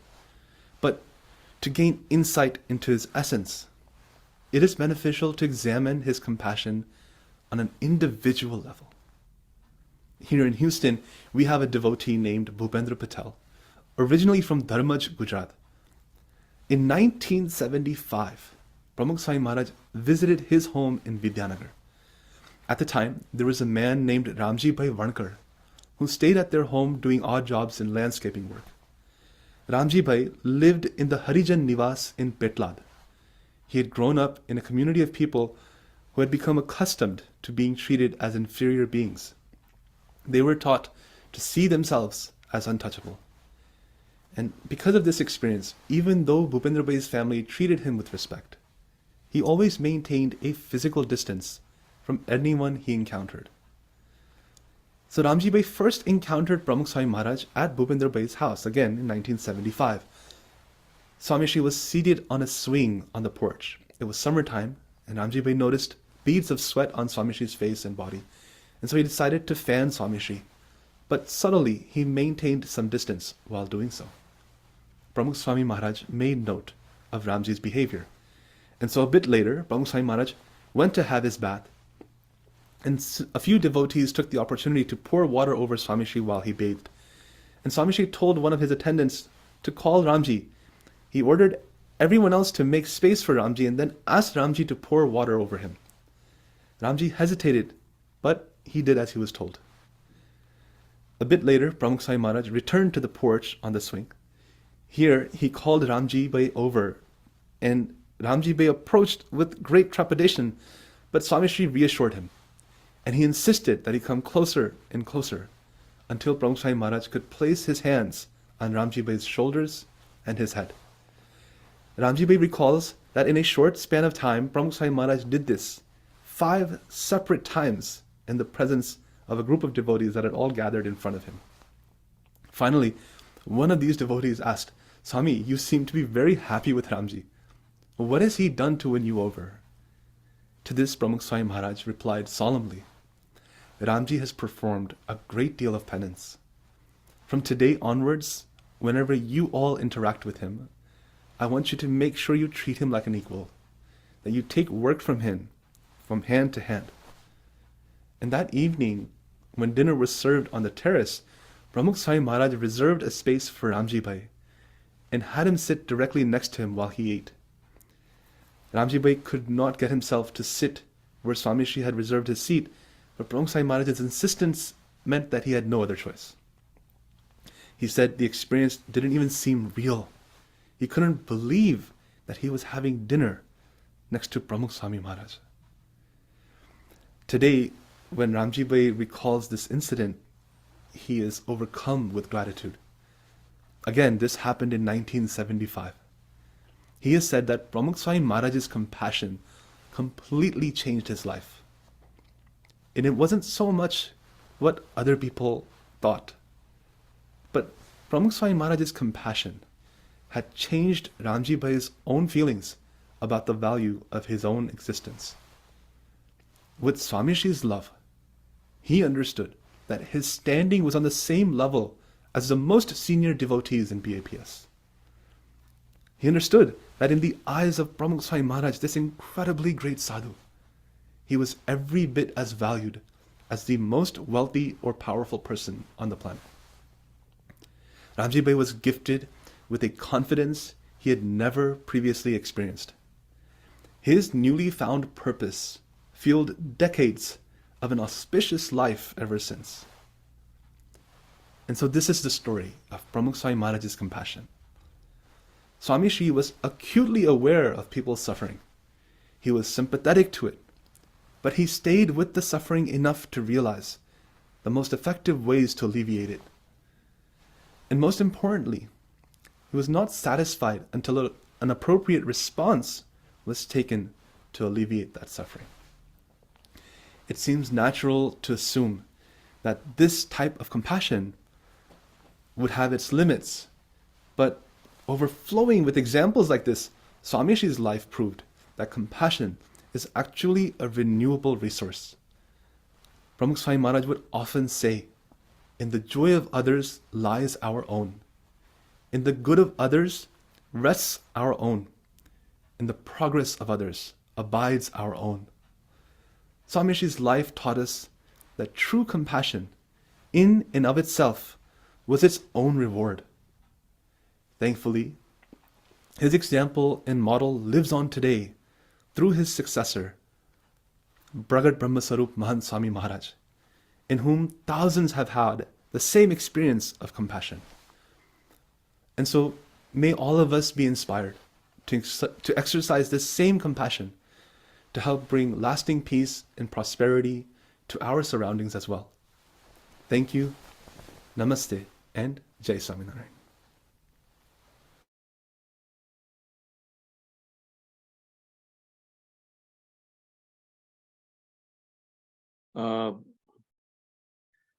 Rajesh Bhai, are you still there?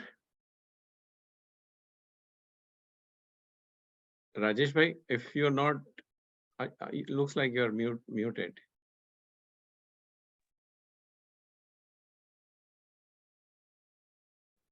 Sorry, I was not able to unmute myself. Thank you, everyone. Again, I will just quickly summarize. Pujya Bhaktivardhandas Swami explained how leaders inspire their teams. Inspiring others cannot happen by just orders or by just holding titles or just working with them. You have to lead with compassion. You have to accept, respect, and inspire others. He explained the subtle differences between sympathy, empathy, and compassion. Compassion is suffering with others. He used real examples from the life of Pramukh Swami Maharaj to demonstrate how he inspired volunteers who dedicated their lives for the bigger purpose. Finally, Pujya Bhaktivardhandas Swami explained that compassion is a renewable resource. So let's pray that we all can lead with compassion with these lessons, because in the joy of others lies our own. Thank you. Yeah, thank you, Rajesh Bhai. please convey our thanks to all the BAPS family and the Swamiji. We really would like to see more such events in future. Sure. Thank you. Now our next speaker in the list is none other than our JAINA president. And let me introduce our president. Actually, who doesn't know him? He's our JAINA president. So Shri, to me, Shri Haresh Bhai Shah is a very humble, to-do attitude JAINA president who has served the community locally and nationally for the last 24 years. You all know him very well. So I'm just going to give a couple of the points where probably will be probably new for you guys. So JAINA President Sri Haresh Bhai Shah was born in port city of Kutch, Mandvi, and before residing in the USA, he spends most of his childhood in Ville-Parle suburban of Mumbai. Shri Haresh Shah helped found Dilawar Jain Sangh. He also served Jain Sangh of New Jersey for 14 years. Our president has been the JAINA director also since 2005, serving in different roles like JAINA director, 14 years as JAINA EC committee members, JAINA secretary, vice president, convention convener, and chairman, and member of various JAINA committee. His vocal for local projects are very, very motivating, such as volunteer programs for adults, tutoring, American schools of all ages, Jain Connects, and many more. Shri Haresh Bhai Shah, his dream of making JAINA a household name worldwide for Jain unity and JAINA's education programs. Please welcome Haresh Bhai Shah. Pranam and Jai Jinendra. Thank you very much, Yogesh Bhai, Yogendra Bhai, Dr. Manoj Bhai, and Nishi, and of course, Satej. Thank you very much for having this program, and I'm humbled, honored, and privileged to be speaking here.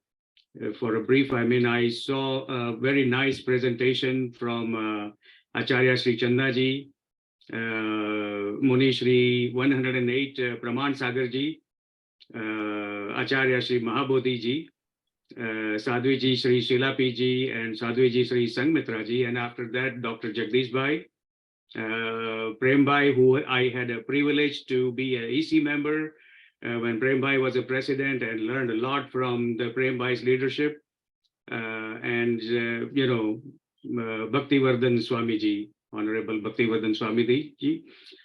So in all these years, what I have learned is that, in my short message, that, identify the talent in various individuals and various leaders, be a good listener, become a team builder, and that's what makes the whole organization be a successful one.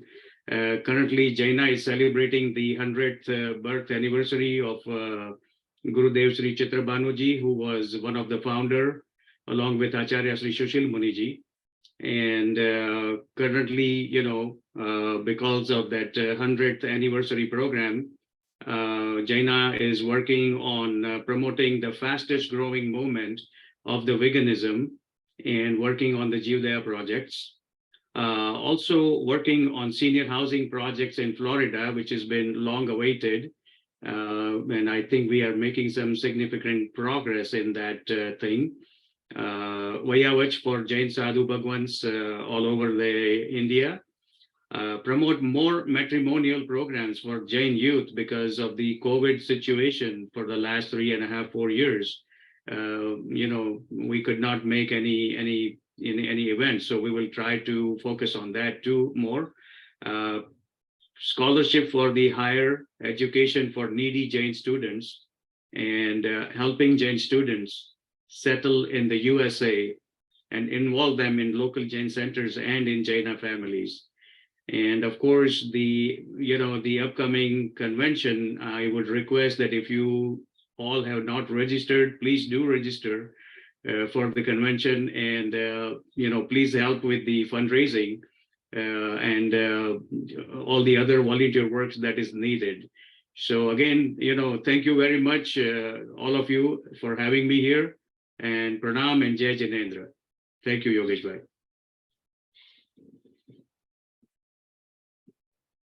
Thank you, Haresh bhai. We all will be there in JAINA conventions, hopefully.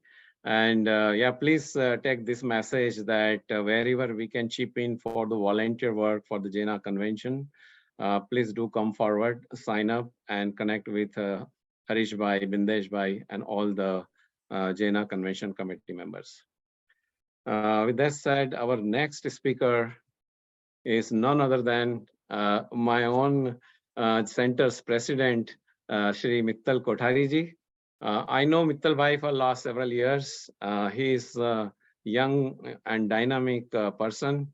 I think he has a privilege, and we should be very proud that he is the youngest president, at least for JCNC, but if I'm not wrong, probably nationwide in all centers. He is in mid-30s, in 30s, and his whole entire EC team is also young this year. So kudos to youngsters. He inspires all the youngsters to come forward and do all this seva work, volunteer work, committed volunteer work. And with that, they are making really a good mix-up in our Jain Center, where we respect seniors. Seniors gives good directions. They have set up these phenomenal organizations, but to carry on this baton in the next generations and continuously to form, and with the new challenges, with growing capacities of Jain Center's population membership, I think we need to continuously encourage our youth for taking this leadership baton. So that is really happening at JCNC, and Mittal bhai is leading from front. For me, I have seen him working in all religious programs for last several years. Doesn't matter whether it is a Dhwaja ceremony or anniversary or Paryushan Parv or Diwali, or even he organized one of the unique, yatra from these centers to LA centers for senior citizens. These all are really good activities. Now we have, sometimes we think at JCNC that 52 weeks of a year are not that many, because every week our EC is doing some awesome job, new events, new ideas. So lots of kudos goes to our leadership, lots of kudos goes to the current president. And so Shri Mittal Kothari ji is a highly esteemed, focused and hardworking Jain leader who propagate Jain values. So with that said, please welcome Mittal bhai Kothari. Jai Jinendra, everyone. Thank you, Yogesh bhai, for this wonderful introduction. Really blessed to be surrounded by leaders like you, Prem bhai, at JCNC. And at first, I want to do pranam and one to all the dignitaries, speakers, and panelists. It's been an amazing experience for me listening to everybody throughout this morning, and there's so much to learn. Personally, I wanted to give my background. I've been born and brought up in India, Mumbai, and I've been blessed to be surrounded by a family with deep roots in Jainism. I've been associated with JCNC for past 9 years, and professionally, I've been working with Apple. So today's topic of Jain way of leadership has been very close to me. And as Yogesh bhai was saying, I've been practicing in my day-to-day life. For me, I'll highlight some of the keys to success that has really helped me in past several years.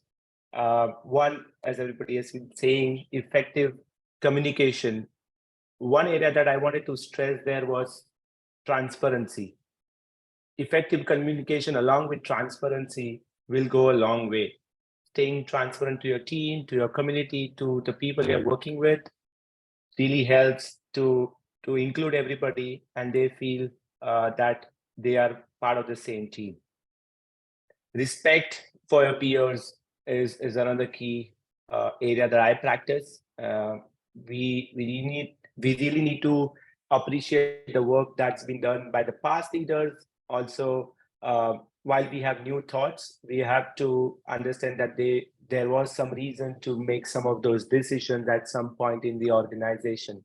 So respecting those decisions and then making the next steps, but taking them on board is really help for running the organization.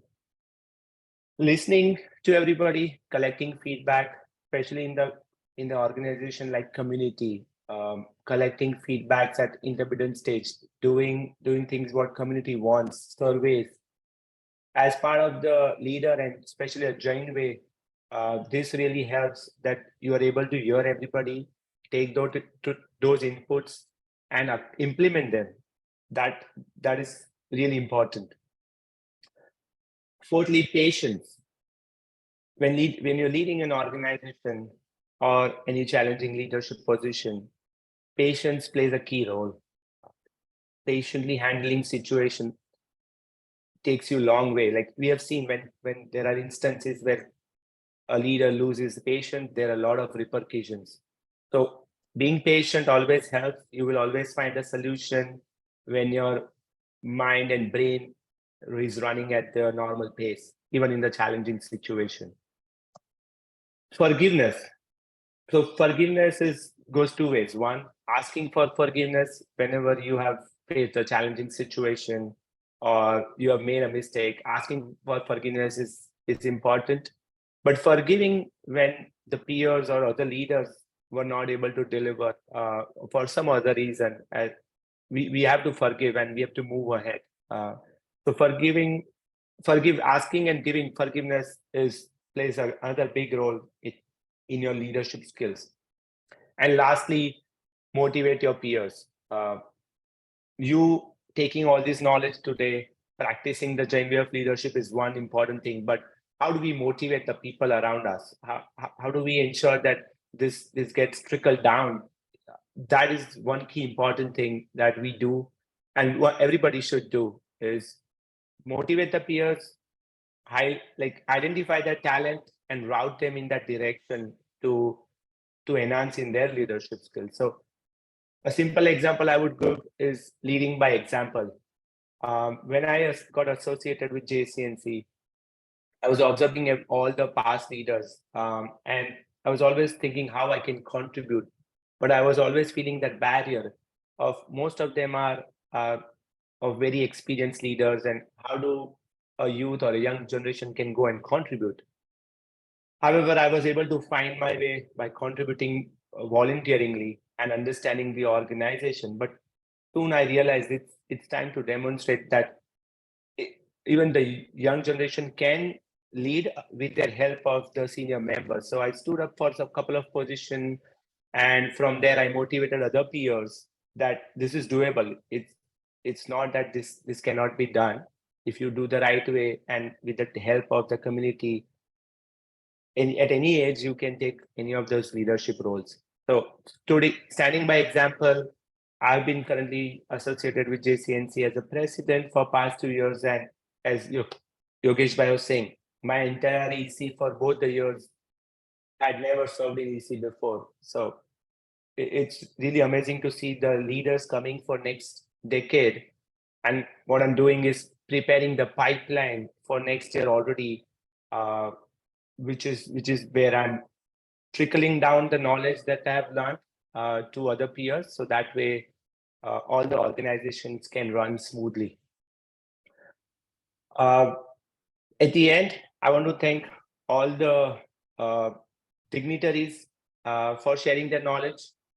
And secondly, I want to thank JAINA and Haresh for this wonderful collaboration. It's been always great to partner with JAINA and JCNC. And today's, as I think everybody agrees, today's conference wouldn't be possible without the leadership effort by Yogesh Bhai. He's been always the great leader and support to me. And lastly, I want to thank everybody who was involved behind this. It's a long list of names. I don't want to call that out. I don't want to miss anybody, but everybody's contribution played a very big role. It includes JCNC, EC, PR, Tech, and several volunteers that we have been hearing today. So again, thank you so much for taking this Saturday morning for this executing this event. And I'm really amazed by what we could do as being a partner with JAINA. And lastly, Haresh bhai, I'm taking a next challenge and coming here as part of JAINA committee. So I'm trying to enhance and learn more from JAINA leaders. So we're looking for your support. To young leaders, please count on me, reach out to me, and I'm happy to guide and mentor to best of my capability. So thank you again for giving me today an opportunity to talk here. It's been a privilege. Great. Thank you, Mittal Kothari, a young leader, a dynamic leader, someone who brings these views to the platform and the main arena is critically important, and you are doing that very much so.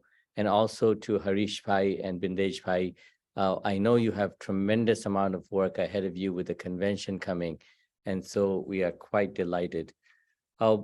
Now I want to take a time. We have been together for over 3 hours, and I want to take a moment to give some closing remarks and some takeaways. But these 3 hours have gone by so quickly. And in fact, they have been transformative. I was not expecting, I was not even sure what to expect from the mixed group of individuals. But it is Yogesh Bhai's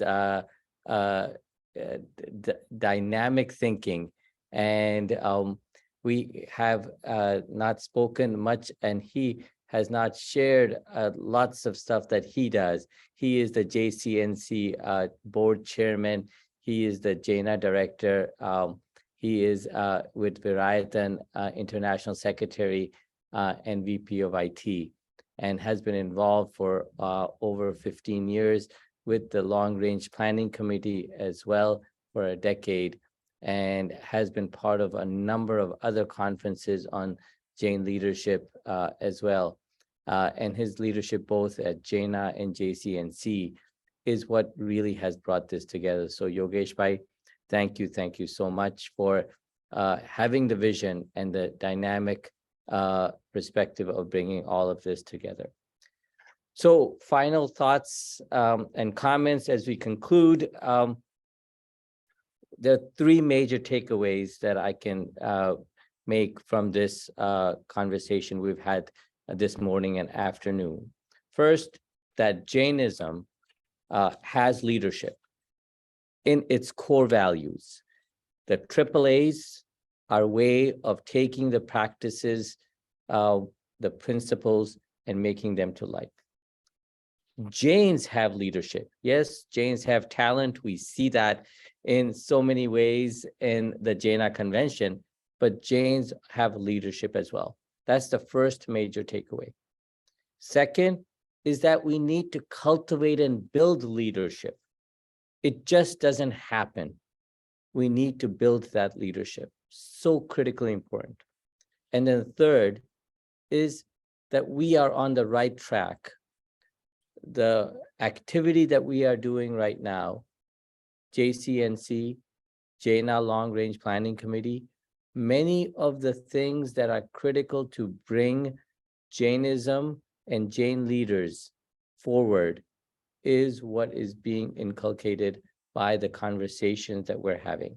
And so if you've enjoyed this panel, I would really encourage all those others to please bring others on board, become part of JCNC, part of JAINA Long Range Planning Committee, and to share. And then thank you to all of the speakers. I won't repeat all of the names. We know them. The videos of this program in small clips will be available. I want to thank Edwin Bhai Rodriguez. I want to thank the Long Range Planning Committee and JCNC for wonderful. And thank you all for taking time. Jai Jain and Namaskar. Thank you so much, everyone. And we conclude with this note what Manoj Bhai said, that we should continuously grow our skills from wherever we are. Thank you so much. Appreciate it.